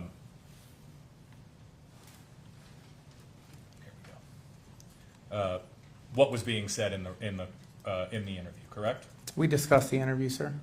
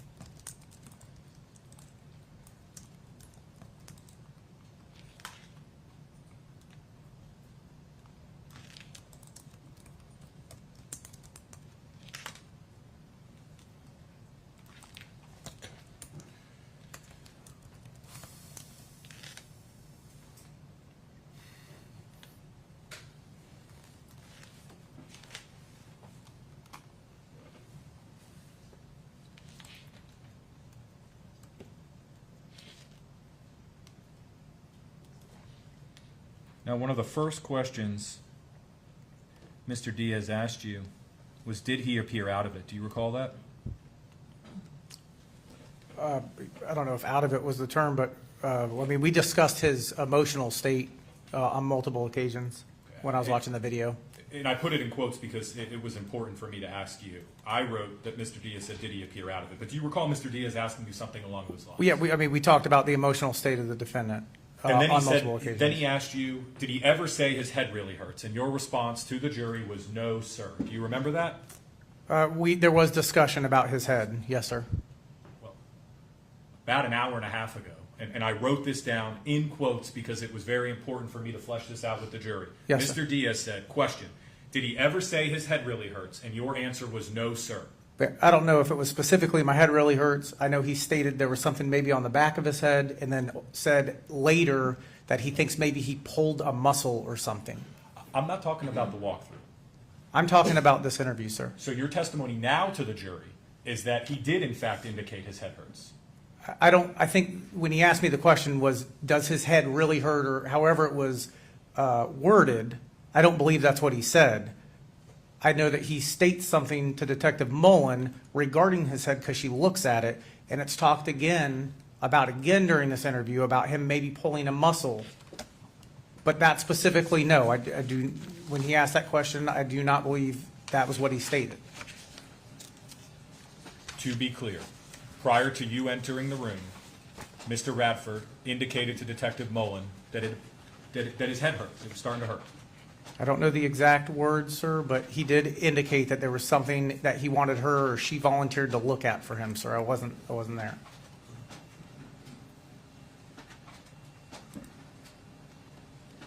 You have to click the speaker. Yes, sir.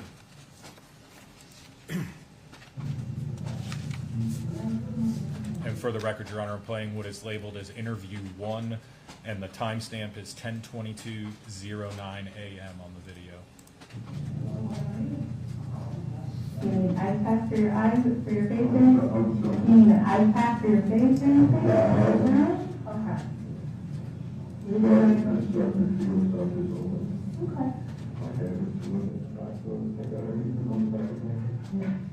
No, but.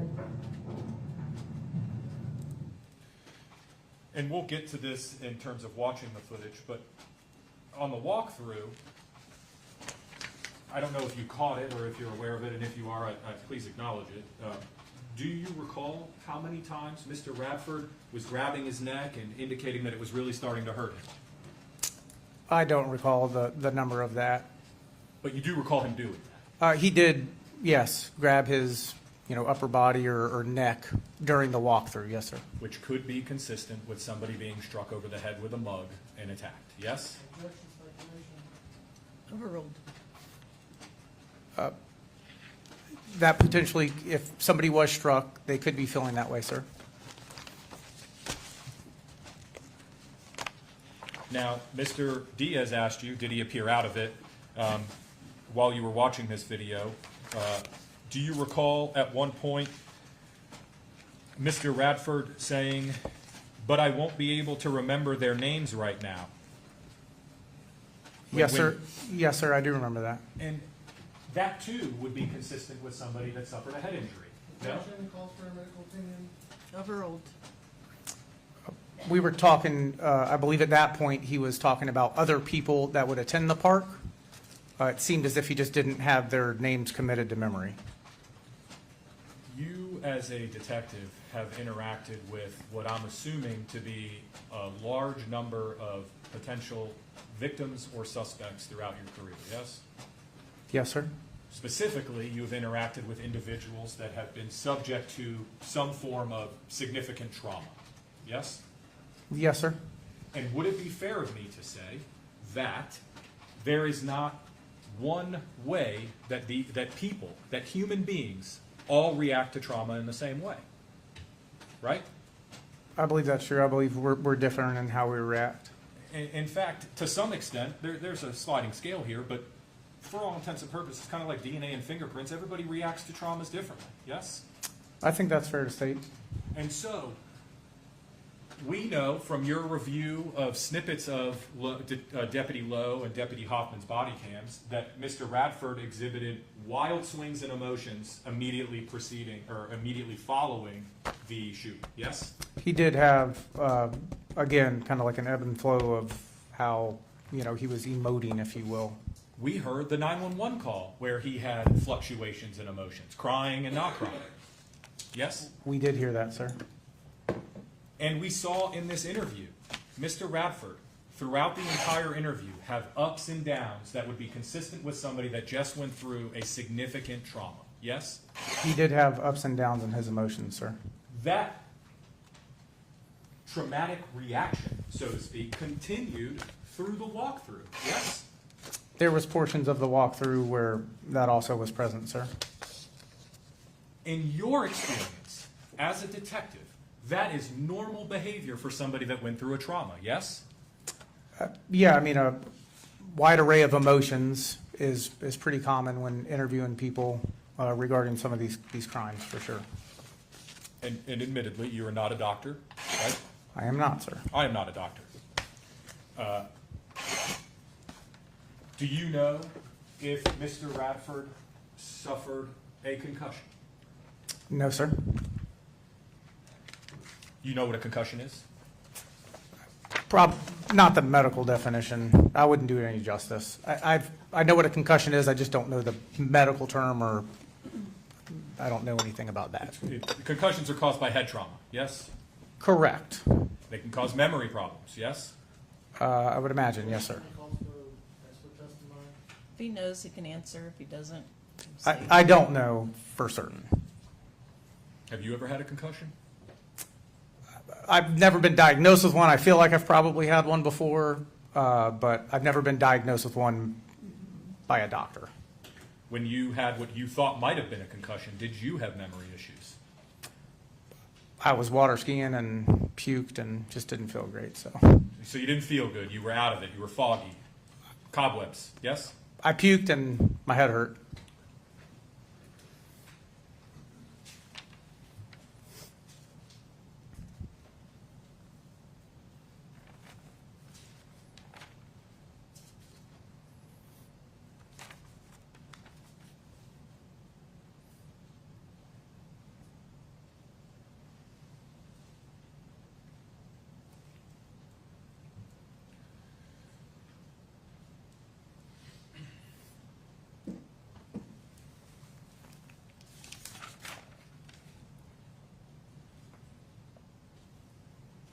There was some back and forth between Mr. Diaz and direct examination discussing Mr. Radford's recitation of events. Things like he had a mouthful of dirt at one point. Do you recall that conversation? Yes, sir. And Mr. Diaz then showed you one of those photographs that I published. I think it's in Exhibit 14. That was taken 4 hours later of Mr. Radford just prior to the walkthrough. Yes? That is correct, sir. Well, yes, I don't know the timestamp again, but it was after, sir. Have you ever gotten dirt or sand from the beach in your mouth? Yes, sir. Is it comfortable? No, sir. Do you leave it there and store it away like a squirrel hoarding acorns for the winter? I've never done that, sir. Probably spit it out, right? Yes, sir. Rinse your mouth out.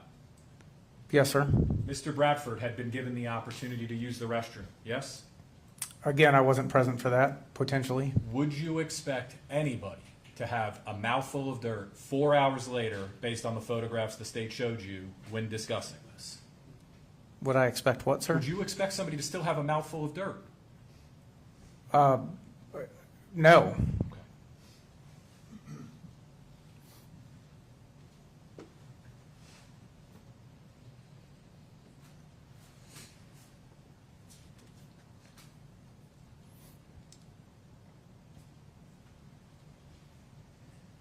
You asked Mr. Radford during the interview, at some point you did pull it, referring to the firearm. Do you remember that? Yes, sir. We discussed this firearm. And Mr. Radford's response was, I had to, right? I believe at one point that's what he stated. I believe it was like I had to, and followed up by something to the effect of, it wasn't in my hand previously, or it wasn't in my hand before I went to the ground.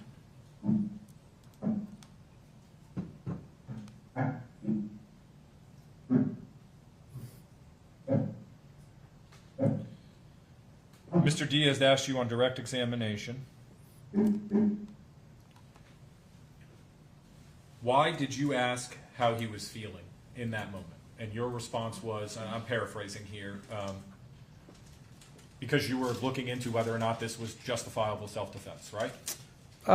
I mean, yeah, it's an array of things, just trying to figure out what's going on, right? The full scope of how the person was feeling, you know, that type of thing. Do you remember what Mr. Radford's response was? It was touched on multiple occasions. I don't know what one you're referring to, sir. Under your hat, okay. All right.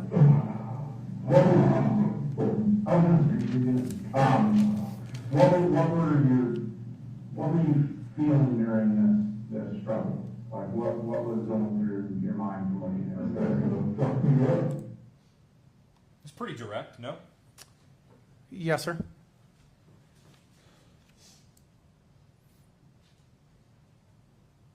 You were asked by Mr. Diaz, did he ever tell you at this point that he hammer-fisted him or had the safety on his firearm, things like that? Things, essentially asking you negative questions, but did he do these things to you? Do you recall that question from Mr. Diaz? Yes, sir. Okay. We have touched on the fact that Mr. Radford may or may not have had some type of head trauma. In your experience, are you familiar with trauma therapy in any way? No, sir. Okay. Are you familiar with the medical concept that individuals after a significant head injury or trauma can actually have memories come back down the road? I'm not familiar with the science behind that, sir. You would agree, though, that if somebody does have a significant head injury, that their memory may suffer in that moment? Potentially, sir. Now, I can't remember exactly how many times, but Mr. Radford, on multiple occasions in this interview, some while breaking down crying and others just before or just after, asked you how Walt was doing, right? Not the exact words, but yes, that was asked in some version of that at least once to me, I think, during this interview, sir. I think the exact way he framed it was, any way you could find out how he is. Possibly, I don't have the direct quote, but in essence, that was yes, he did ask that. I just don't know the verbatim account of that. Did you understand what he meant when he asked you that? I did, sir. That he was concerned for how Walt was? He wanted an update.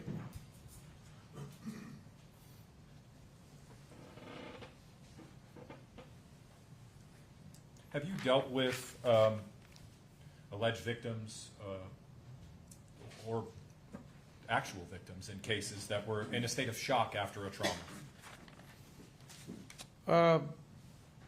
Yeah, I mean, I would imagine, I don't know, again, medically, if it would be considered like I don't know, but people that have experienced, you know, a bad day for sure.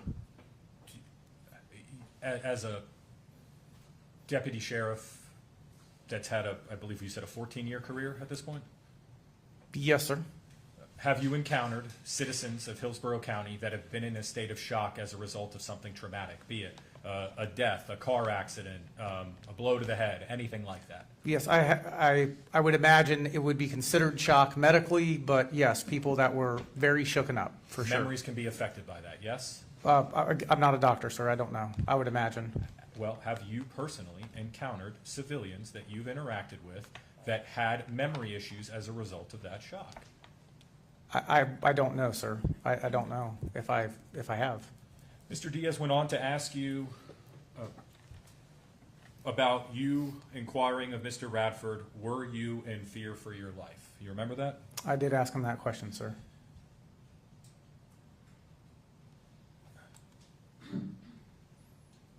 And Mr. Diaz then followed up with, did he ever say to to you that he was in fear for his life, and your response was no.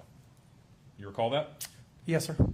Then he asked you, did he ever say he had no choice? And your response was no. Do you recall that? I believe, sir. He then asked you, did he ever say that he thought he was going to die? And when I say he, we're referring to Mr. Radford, and your answer was no. You recall that? Yes, sir.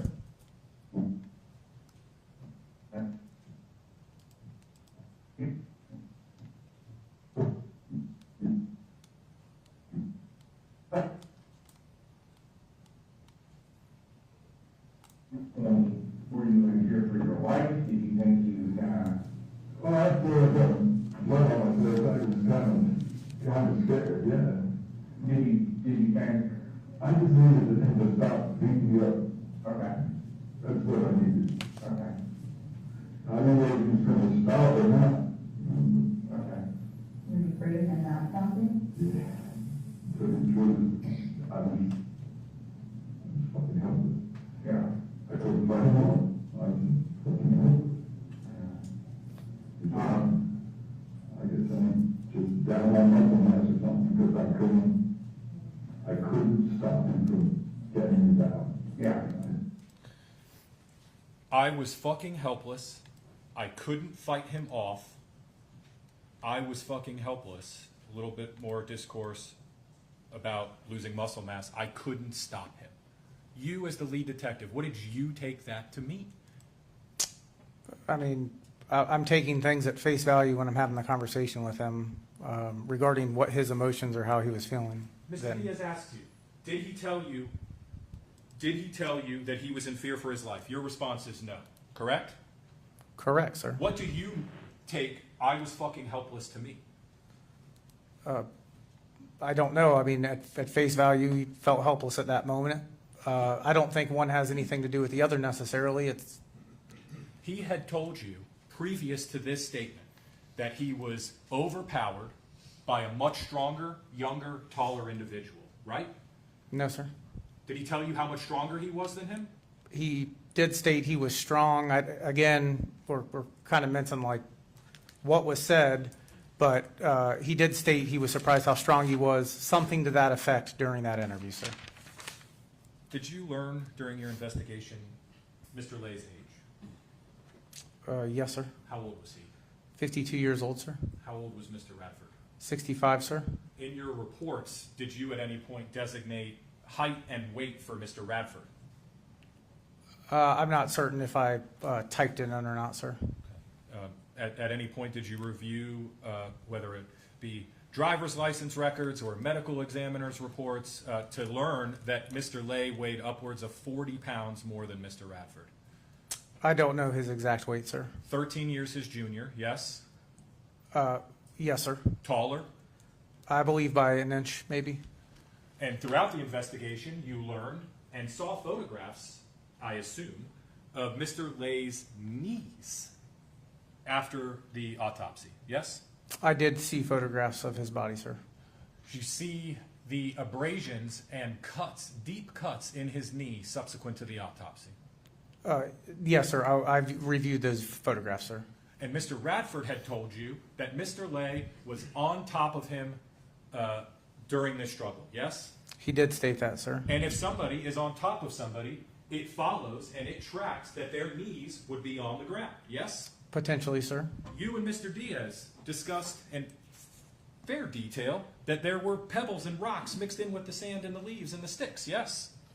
In that area, yes, sir. And if Mr. Radford is attacked and hit over the head with a steel Bubba mug, knocked to the ground, and Mr. Lay gets on top of him with his knees on the ground, that evidence would be consistent with what Mr. Radford told you in this interview room and in subsequent interviews, yes? The photographs I observed, there were injuries to his knees, sir.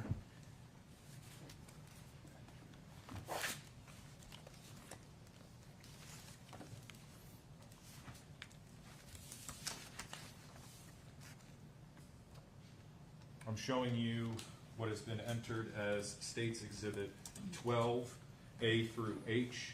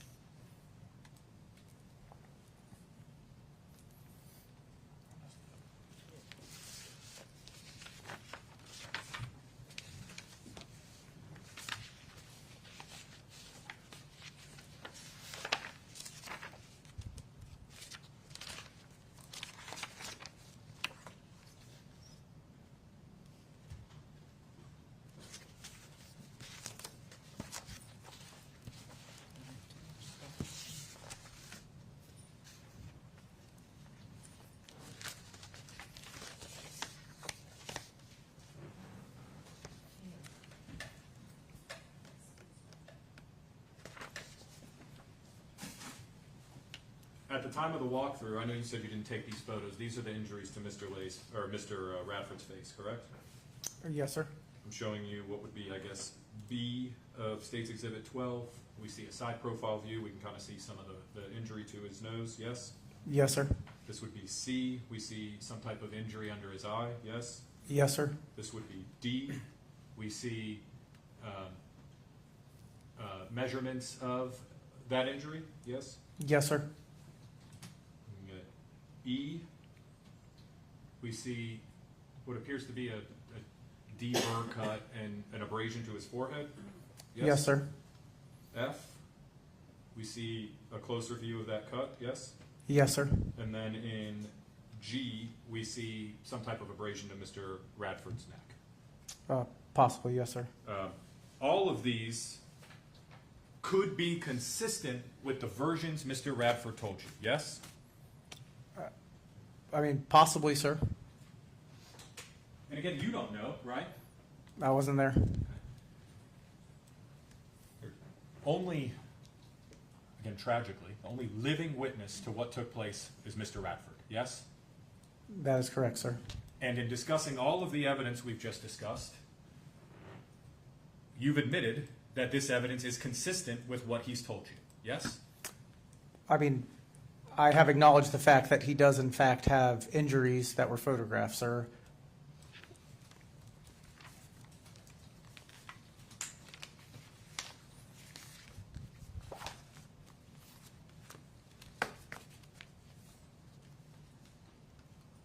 If somebody says to you, I was helpless,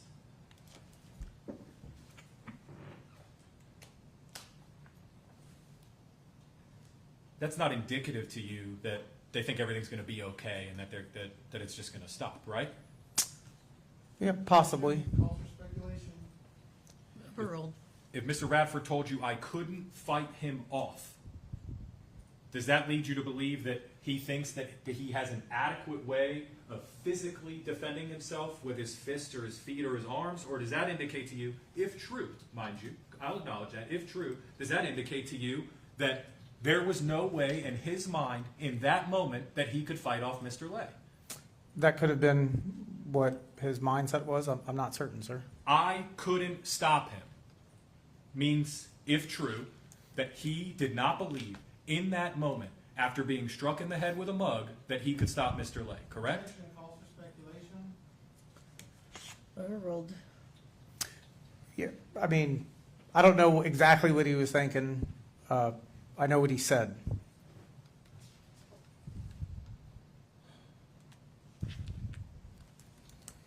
we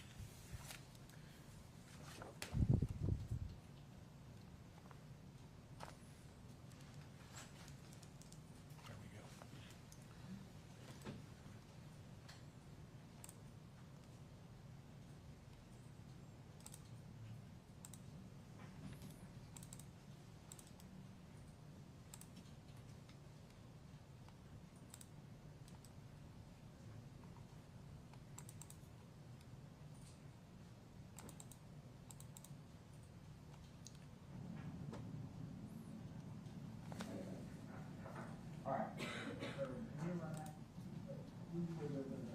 I'm sorry, what exhibit is this? I apologize. This is,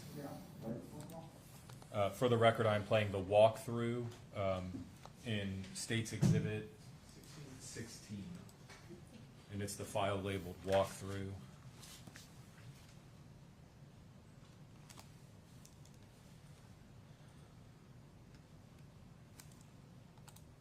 And I am going to fast forward it to the 3-minute and 45-second mark.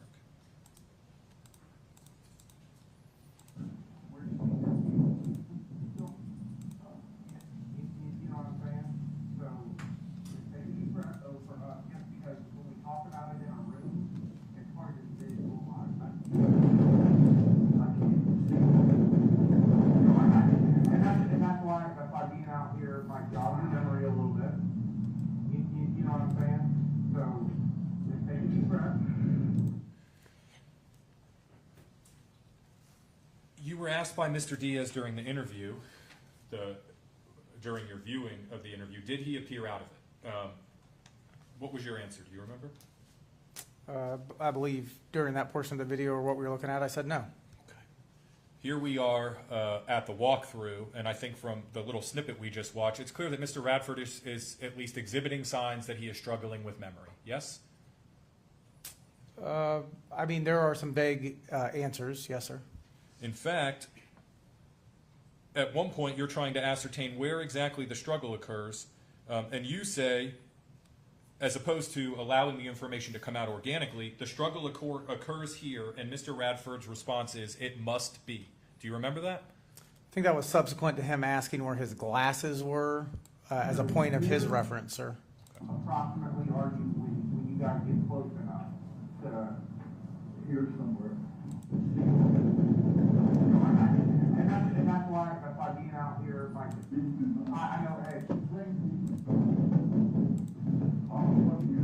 Nobody likes you, nobody knows.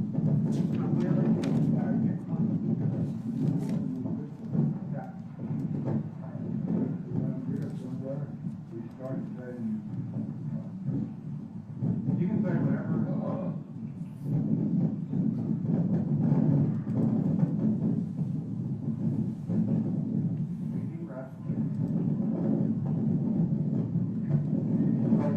nobody likes you, everybody makes sure you're on this and that. Yeah. I'm walking over, listen, I'm just fed up with your shit, I just think you're wrong, I didn't ask for your shit. And he just started crazy, now he's walking at me. And just saying, you're nobody likes me. I'm not here for you, I'm here for my dogs. Okay.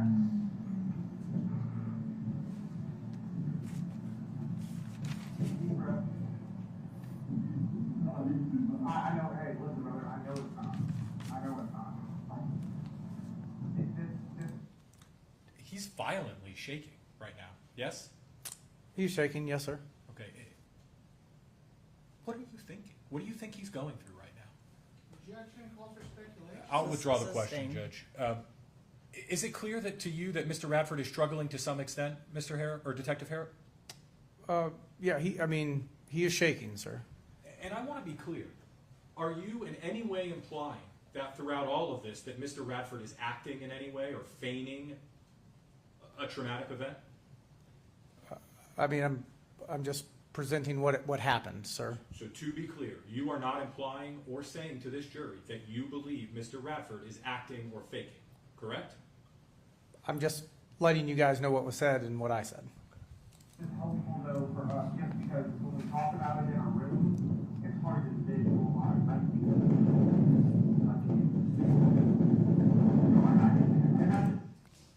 Do you remember what he said to you there when he's grabbing his head and looking confused? What is he saying?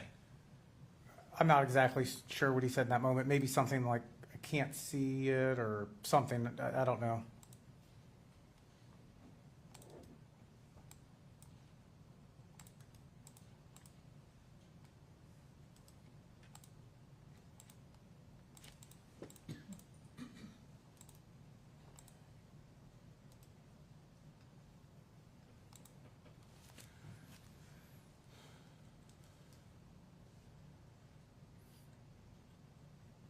On February 8th, you conducted a second interview, yes, of Mr. Radford?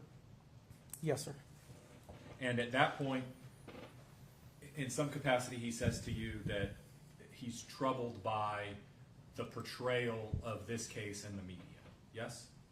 He advised what was, I guess, told to him by a potential, like someone from news media during that conversation. Were you aware of the media coverage that this case was getting in the week following the shooting? I know a lot of people were reaching out, but I don't pay attention to the news, sir. When you say a lot of people were reaching out, what do you mean? People were reaching out to me. Like several people were reaching out to me, and I believe some of them had stated that, you know, they were wanting something done. Obviously, he sends the email that the news media had contact with him at 11:20 that morning, which was a few hours before I went over there. But personally watching news stories or anything about that, reading articles, you know, I wasn't a part of that, sir. Detective Harrop, are you aware that in the weeks subsequent to the shooting, that a petition was created that could be edited, that was sent to the sheriff's office and the state attorney's office from members of the LGBTQ community, outraged over their perception of this case and how law enforcement was handling it. I have never seen that document, sir.